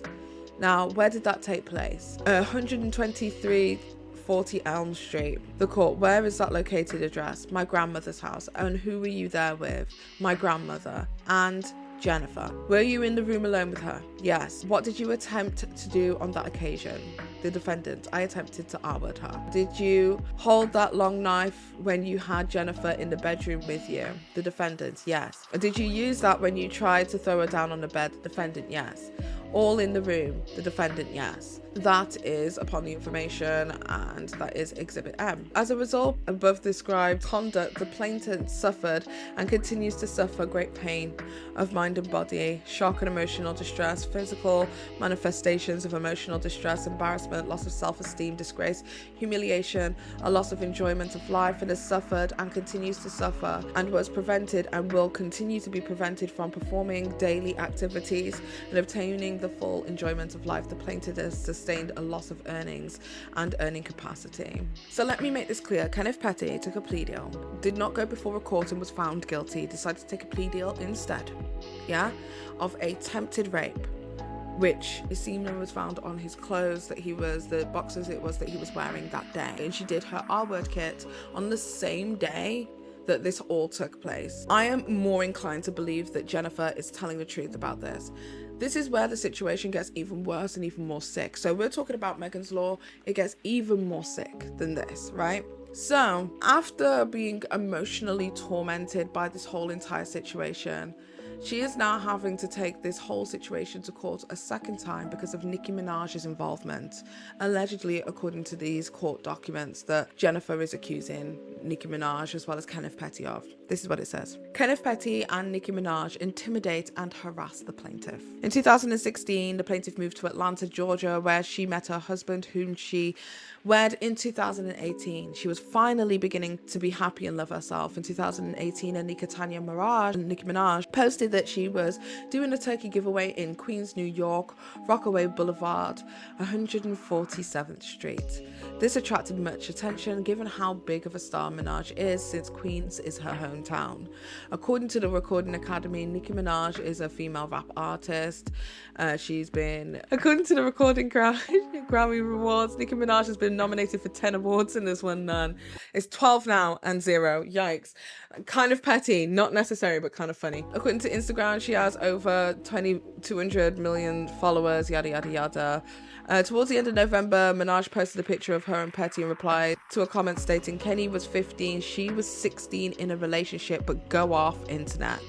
Basically her stating that Jennifer was not telling the entire truth, or that the internet had got the whole thing misconstrued because she was actually older than him. That is Exhibit N. As a result of Minaj's post, plaintiff was sought after for comment. Seeing no choice but to defend the truth, the plaintiff recorded an interview with YouTube blogger giving her side of the story. The plaintiff thought that it would be the end of it. Minaj uses her celebrity platform to bash the plaintiff. So remember we were talking about how many different people keep getting doxxed by Nicki Minaj and her people and all of that kind of stuff, and the Barbs, and how relentless they can be, and how they are literally like the worst fan base. This right here is going to prove how bad it is. This is a person who has somebody who has admitted to attempted raping her and has semen inside a fucking vagina, and this is what's happening. In November 19th, 2019, Minaj did a show called Shade No Shade on Queen Radio. She repeated the same comment that Petty was 15 years old and added that he was wrongly accused and that he didn't have bail money, and said that the plaintiff had written a letter recanting her statement but would face 90 days in jail if the plaintiff had done so, which was all false. Minaj also stated, but white is right because the plaintiff is biracial. These statements by Minaj put social media into a frenzy trying to figure out who the plaintiff was, if she was a white woman, and where she currently lived. Petty is arrested for failure to register as a sex offender. This is her husband, by the way. In March 2020, Petty was arrested for failing to register as a sex offender in California. A few days after the arrest, the plaintiff was contacted by an old child school friend, Black, They caught up and the topic of the plaintiff's R word came up, to which the plaintiff stated she wished it could just all go away forever. Black responded, I can make that happen. A few days later, Black called the plaintiff and informed her that Maraj asked for the plaintiff's phone number and that he had given it to her. Shortly after that, defendant Maraj contacted the plaintiff. During the call, Maraj had stated that she heard the plaintiff was willing to help out their situation and stated that she would fly the plaintiff to Los Angeles. The plaintiff declined this offer. Maraj then stated that she would send her publicist to meet with the plaintiff to craft the statements recanting the plaintiff's rape charge. The plaintiff denied this offer as well. Before they got off the phone, the plaintiff said to Maraj, I need you to know, woman to woman, that this happened. Maraj hung up the phone. Within days of this conversation, the plaintiff and her family suffered an onslaught of harassing calls and unsolicited visits. Maraj sent her associates and their attorneys to harass and intimidate the plaintiff. So this situation, which was entirely Kenneth Petty's situation, has now turned into Kenneth Petty and Nicki Minaj's situation. A few days after Minaj called the plaintiff's brother called her. He stated that two people reached out to a family member stating that there was an offer of $500,000 from Minaj if the plaintiff wrote a letter recanting her rape claim against Petty. The plaintiff hung up, distraught that Minaj had instructed her associates to contact her brother and that her brother would even relay such a message. That must have been painful. This act by Minaj and her associates caused the plaintiff to panic because Black, who was in contact with Minaj, now knew where the plaintiff lived, where the plaintiff worked, and the identity of the plaintiff's kids. Next, Minaj sends lawyers and investigators to plaintiff's house. In April 2020, on behalf of Petty, a fact finder/investigator child Mittelsault from Georgia contacted the plaintiff. He put the plaintiff in contact with an attorney called Ivan Walsh, Attorney Walsh from New York. Minaj's legal team hired an attorney Walsh to give plaintiff legal advice about recanting her statement. Attorney Walsh stated that he was the plaintiff's lawyer and that anything said to him would be protected under attorney-client privilege.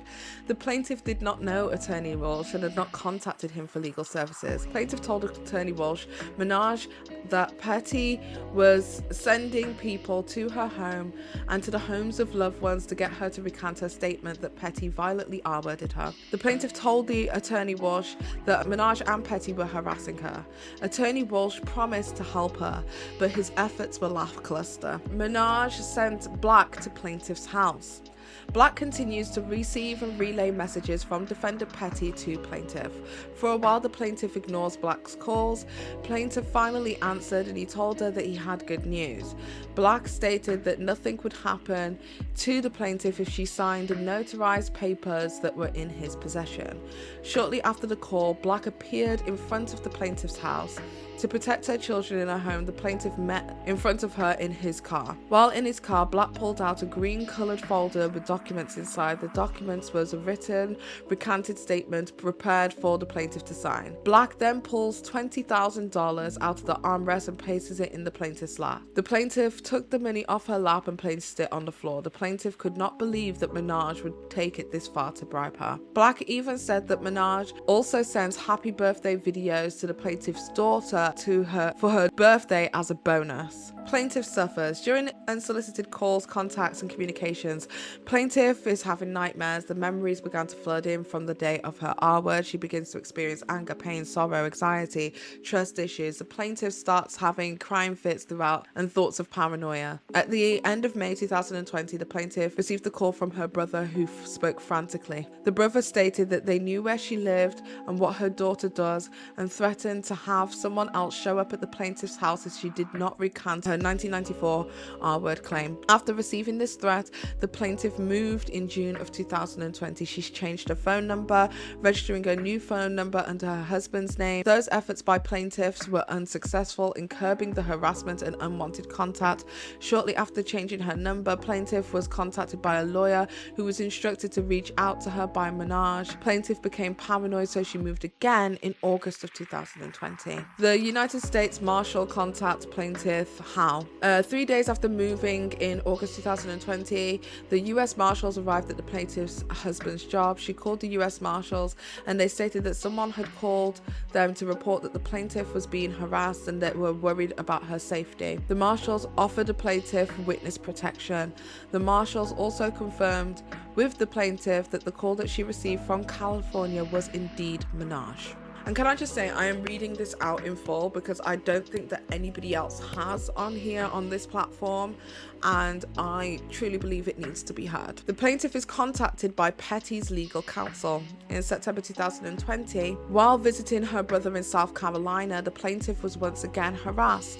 Plaintiff gets a call from New York attorney stating that they represent Petty. The attorney states that they were trying to go to court to get Petty off the sex offenders registry and asked about the recantment letter and if the plaintiff wrote it. Plaintiff Hal moves to Florida to protect her family. In October 2020, the plaintiff's daughter was at an event in Atlanta, Georgia, and at the end of the night, the plaintiff's daughter and her friend group were approached by a man. The man asked, "Do you know Zoo?" Zoo is Petty's street name. The plaintiff's daughter yelled at the man and left with her friends. Not even plaintiff's daughter was safe from the intimidation tactics and harassments by Minaj. After this interview, the plaintiff again feared for her family's safety, so she moved again, this time to Florida. She feared that her child would be killed or kidnapped due to the threats of Minaj and Petty. In November 2020, the plaintiff put up a YouTube video speaking about everything that she had been going through to create a digital footprint in case anything happened to her. Bloggers caught wind of the YouTube video and began victim shaming her, telling their audience that the plaintiff was lying, that she was just a white woman trying to make a quick dollar out of the limelight. Minaj's fan claims that Nicki said it was a lie, so it's a lie. The plaintiff has not worked since May of 2020 due to severe depression, paranoia, and constant moving, harassment and threats from the defendant Petty and his associates, and is currently living in isolation out of fear of retaliation. Defendant Petty's intermediary publicly threatens plaintiff Hal. On or about August 12, 2021, within days of Petty reaching a plea agreement in the Central District of California for failing to register as a sex offender, defendant Petty's intermediary Black posted a threat to plaintiff's Instagram social media account.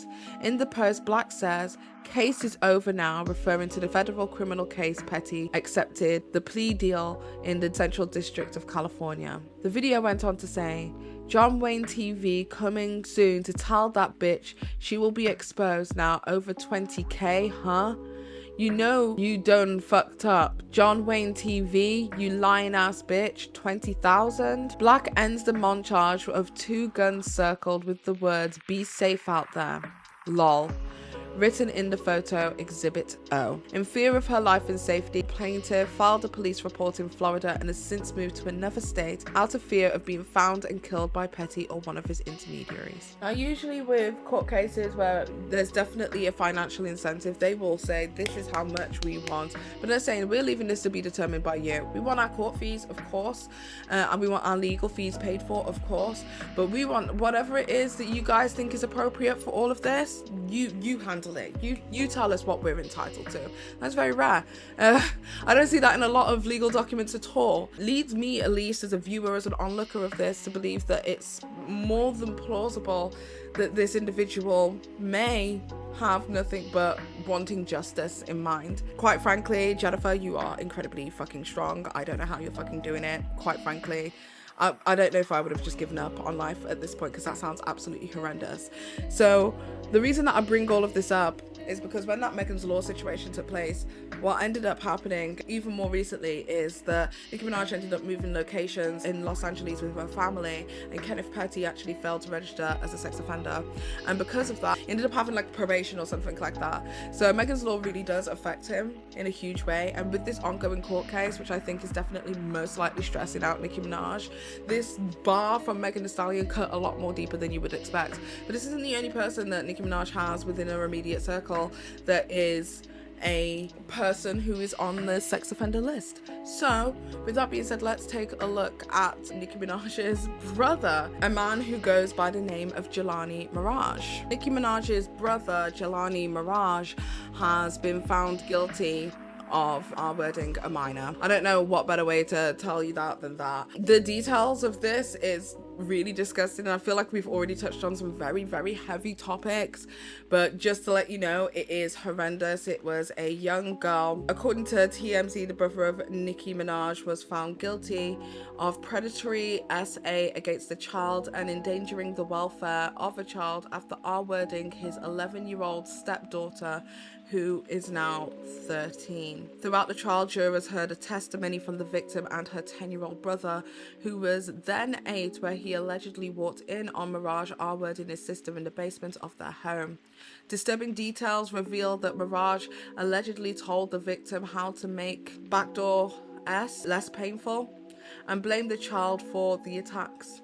He allegedly told her that she would be taken from her mother if she came forward. Maraj's team alleges that the victim's mother and his ex-wife Jacqueline Robinson told her daughter to lie in order to extort millions from Maraj's famous sister. It was rumored that Minaj would take the stand, but she did not. She did not take the stand, but what she did do was write a very lovely letter for her brother. So a character reference, if you will. Do we want to take a look at what lovely things Nicki Minaj had to say about her R-wording minor's brother, shall we? So this is what it says in page 6.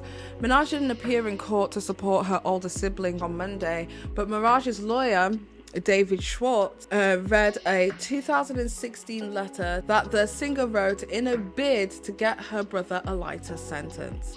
The letter, the rapper referred to as Maraj as the most patient, gentle, genuine, giving, selfless man I know. Minaj also pleaded for mercy at his sentencing. So after Megan Thee Stallion made that really deep gut punch jab towards Kevin Petty and the people that Nicki Minaj associates herself with the Megan's Law quip and rhyme in the rap, that sent Nicki Minaj into a spiral. Many people are saying it's drug induced. I'm not going to sit here and speculate, but she did not sound like she was in her right mind. She was just screaming things into the ether about how Megan Thee Stallion is a terrible person, etc., etc. Just listen to this nice little collection and collage of unhinged rants and tell me if you think that this is somebody who's in their right mind. I swear on everything I love, I have not gone on one Instagram blog all day. I don't care. Bitch, I dare you. I fucking dare you, bitch, to say one more thing about my fucking family, ho. Or y'all got a motherfucking clip coming and y'all don't even fucking know, bitch. I fucking dare you, bitch. And I know you listening right now, you fragment foot bitch.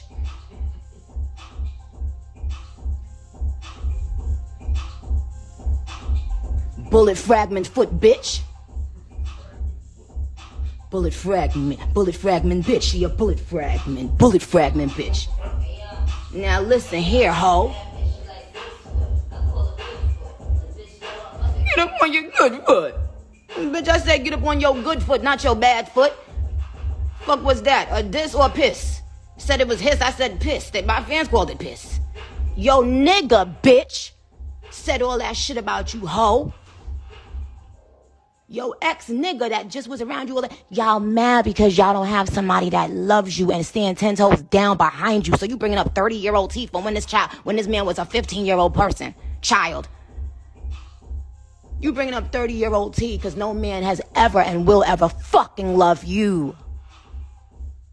And lying on your dead mother, on your dead mama, on your dead, she done lied on her dead mama, lied on her dead mama, lied on her dead mama, lied on your, I said lied on her, hey sexy red, she done lied, she lied and she cried and she lied and she cried, she said she lied and she cried and she lied and she cried, and then she lied and she cried and she lied and she cried, cause she got blogs all up her stupid doofy sub ass, every press, I said no well, I don't give up, vote for the rip up, duck, dude. And then she tried to rap double time. Lied on your dead mama. Lied on your dead mama. Lied on your dead mama. Lied on your dead mama. Lied on your dead mama. Lied on your dead mama. Mama, lied on your dead mama. Lied on your dead mama.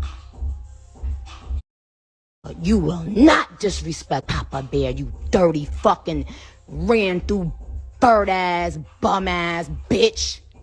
Broke bitch. You broke bitch. Tell them the truth, bitch. Y'all want enrollment? Lied on her dead mama. Lied on her dead mama. Right after the funeral, she on her dead. I said, lied on her dead mama. You stupid hoe. See that? 104,000. More than you can sell in the first week with 3 Grammys. You see that? That's what happened when you what? Lie on your dead mama. Lie on your dead mama. Lie on your dead mama. Lie on your dead mama. Lie on your dead mama? Lie on your dead mama? Nah. Talk about my family?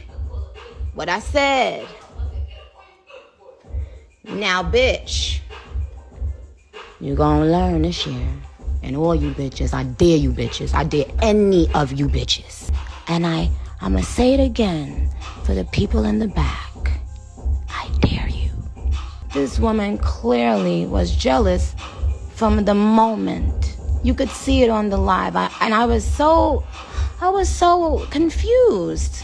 And I have the text messages, bitch, because I spoke to you about it via text.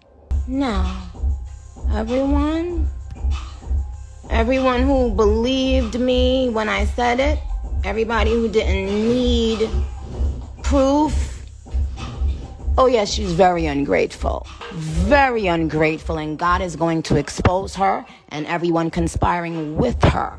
And remember I said this. Now go and put everything you want to put on them blogs, thinking that I give a fuck. You came on that live begging Megan, trying to avoid the bitch, trying to do everything I could to avoid this dumb bitch. Oh, Barbs, go and tell her that, tell her to put me on her live. Begging. Stop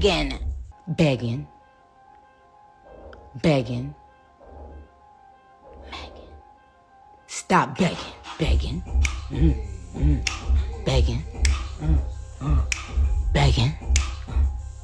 Stop begging. Megan. You the fan. Alright, bye y'all. So in order to retaliate to this, she calls her Bigfoot and releases a song called Bigfoot, in which it just was terrible and tanked, girl.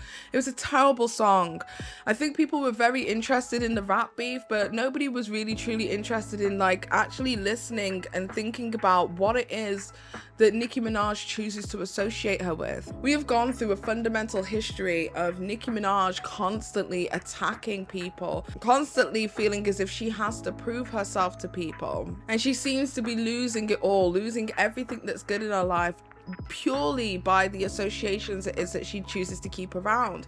She enables and emboldens negative behavior from the bar. So many different people, even on TikTok, who have been looking at the situation that has been pertaining to Nicki Minaj and Megan Thee Stallion, and even some of the deeper allegations against Kenneth Petty, and a lot of them have been doxxed. So many different content creators have come forward stating that they have been doxxed. They've either removed content and said I'm sorry and ran away like what was happening for so many years, but they've also been doxxed. This creator's rant about how terrible he thinks Nicki Minaj is went viral, and now he and his family are being doxxed by the bar. Just in case you didn't see his rant, I'm gonna play it for you right now. Nicki Minaj is essentially the Dr. Seuss of her time, and what I mean when I say that is she's objectively a disgusting and reprehensible person by pretty much all metrics of basic humanity and common decency, yet her one singular talent that appears to be an innate ability to rhyme words together in a silly fashion that particularly resonates with children has cemented her with a legacy she really does not deserve as much as many female rappers who came before her. In case you're not already up to date, the self-proclaimed queen of rape has spent the past 24 hours deflecting from the fact that her husband is a convicted sexual predator who is not allowed near public parks or elementary schools by making fun of Megan Thee Stallion for getting shot,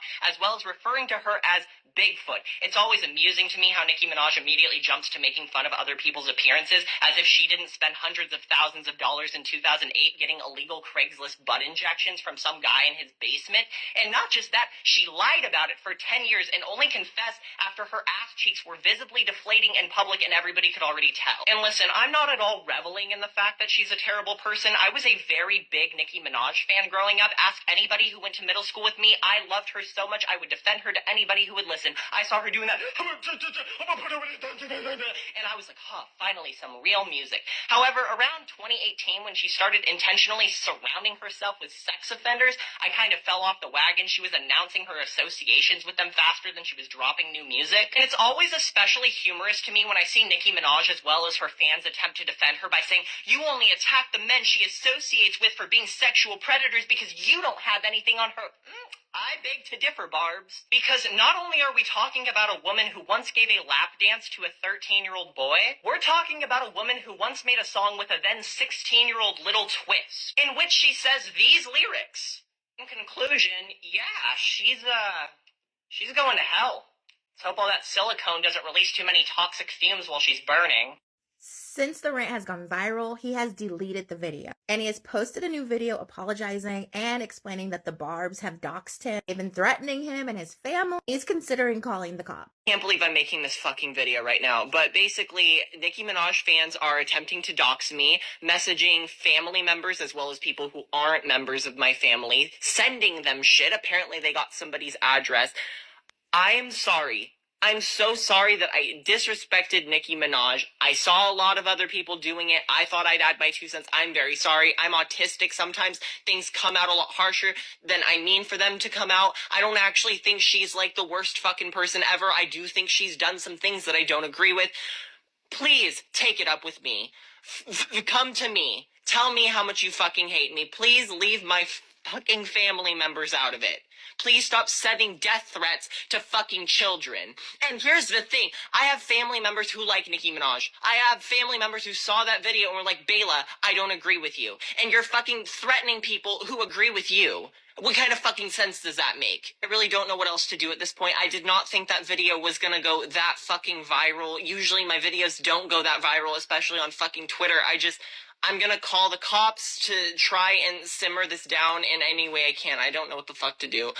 I'm really sorry. We've also seen that Cardi B has openly stated that Nicki Minaj, she believes, is behind why she was getting doxxed and constant phone calls. And we've also heard the victim of Kenneth Petty, the alleged victim of Kenneth Petty, coming forward and stating that she was constantly being harassed and bombarded. Doja Cat, cancel Doja. Nobody came to her defense. She was constantly being harassed and bombarded. What happens is when Nicki Minaj doesn't like a feeling, when Nicki Minaj doesn't like what's going on, she mobilizes her people to attack. And I have never seen a fan base that's functioned like this. Like I said at the beginning of today's video, even people like Choice TV have had to amend videos and take things out and change things in order to appease the Barbs, because the Barbs have been relentless. There are other singers such as Chica. I remember an instance, and if I can find any receipts to it, I will put it up on the screen as well. I remember an instance with a artist called Chica who was going back and forth with Nicki Minaj's fans and possibly even Nicki Minaj herself. And I remember seeing videos of people pulling up outside her apartment complex and telling her to come outside and fight. Her fans were coming outside of this rapper's house and saying, come outside. Pulling up on this fat bitch Shaka. Let her know not to mess, to disrespect the queen of rap, Nicki Minaj. This is where she live at, y'all. I'm gonna pull up on her right now, fighting the parking lot. All of this is absolutely bizarre. I've heard of fans sending pizzas to people. I've heard of fans, you know, attacking people's children at school, and just so many different stories to do with the Barbs and to do with how they operate. And I feel like too much of it is corroborated by how Nicki Minaj operates and moves, not just with the girls on social media, not just with, you know, her colleagues, her contemporaries in the rap industry space, but also with how it is that she is allegedly treating the victims of R-word and how she's vouching for the calm and personable nature of R-worders. And that does not sit right with me. And I'm sorry that we have had to go into this really long and lengthy documentation of every single thing it is that Nicki Minaj has done, when she's breathed, when she's not breathed, girl. But I feel like it's important, because whilst I admit that there are problematic people it is that we've all supported at one point in time, right? I mean, quite frankly, the entertainment industry in of itself is filled with controversial and messed up people. And I think it is frustrating as hell to know that the people it is that you have supported and have given your time, your money, your efforts towards are less than great people, or that they have done something wrong. And I will admit that Nicki Minaj is undoubtedly a trailblazer for women in a misogynistic industry. But unfortunately, the way that I see it is that Nicki Minaj's wealth and influence have repeatedly swept all of her atrocities under the rug. Nicki Minaj's position as a successful, beautiful black woman in the music industry does not excuse her from accountability. She has proven over and over again that bigotry is not just reserved for white men. So accountability shouldn't be either. And I feel like it's an obligation as consumers, as fans, and as supporters to hold people accountable with the power it is that we have, which is our money. For me personally, any person who can listen to what we have discussed in today's video and continue to listen to Nicki Minaj's music, quite frankly, is disgusting. And what that does for me, at least, is it sends a message that this is okay. I feel like when the allegations with R. Kelly came around, and it really did like kick up a storm earlier on a few years back, he was being removed from Spotify. You couldn't find his videos anymore. They removed monetization from him. Like, there was no way to support, because these major corporations came in and said enough is enough. And I feel like what started off as a blackballing of Nicki Minaj, especially when it comes to Grammys, and even more recently the subsequent recent snub where they said, you know, she on live TV she never won, but all across the internet, everywhere else, it said that Nicki Minaj had won this Grammy. But I also think it is important for people within the industry to not, you know, applaud or give congratulatory wins to individuals like Nicki Minaj who have done what she has been alleged to have done, which is to harass and silence individuals who have been essayed by her husband, as well as write lovely little client reviews for their brothers. If the 14-year-old girl who discovered Nicki Minaj and was rapping to Take It Off with Jay Holiday, yeah, that's how far back it was, girl. If I'd have known the person that Nicki Minaj was going to turn into today, I think little 14-year-old Paige would be absolutely horrified. Little 14-year-old Paige would have only been 2 years younger than Kenneth Petty's alleged victim in the attempted rape. And what this is saying to me is that it doesn't matter. When Kenneth Petty said no one will believe you, it rings true. And I thank my lucky stars that Nicki Minaj has not got a little girl and that she has indeed a little boy, because a little girl would be absolutely terrifying. And all I can do is continue to pray for Nicki Minaj's little boy, and I hope that it all works out for him, quite frankly. It just sucks that, you know, his parents are who his parents are. I mean, at this point, the only person who's bringing children around an ex-offender is Nicki Minaj. Anyway, with that being said, that was it. That was the big video. I'm sorry if it wasn't as theatrical as some of my usual videos with a lot of edits and stuff like that, but it was a very long video to make, and I wanted to go through as much information as it is that I possibly can. I want to do this kind of thing and never touch it again. Jennifer Howe, what I will say is, if you have had the opportunity to watch this video in any capacity and you would like to reach out to me, I am more than willing to hear your side of events. I don't know if I'm going to be of any help or of any benefit, but I'm extending my platform to you if you would like to use it. And with that being said, I hope you guys have an amazing day or evening, whatever the hell it is you're doing. And until next time, it's been Paige. Bye.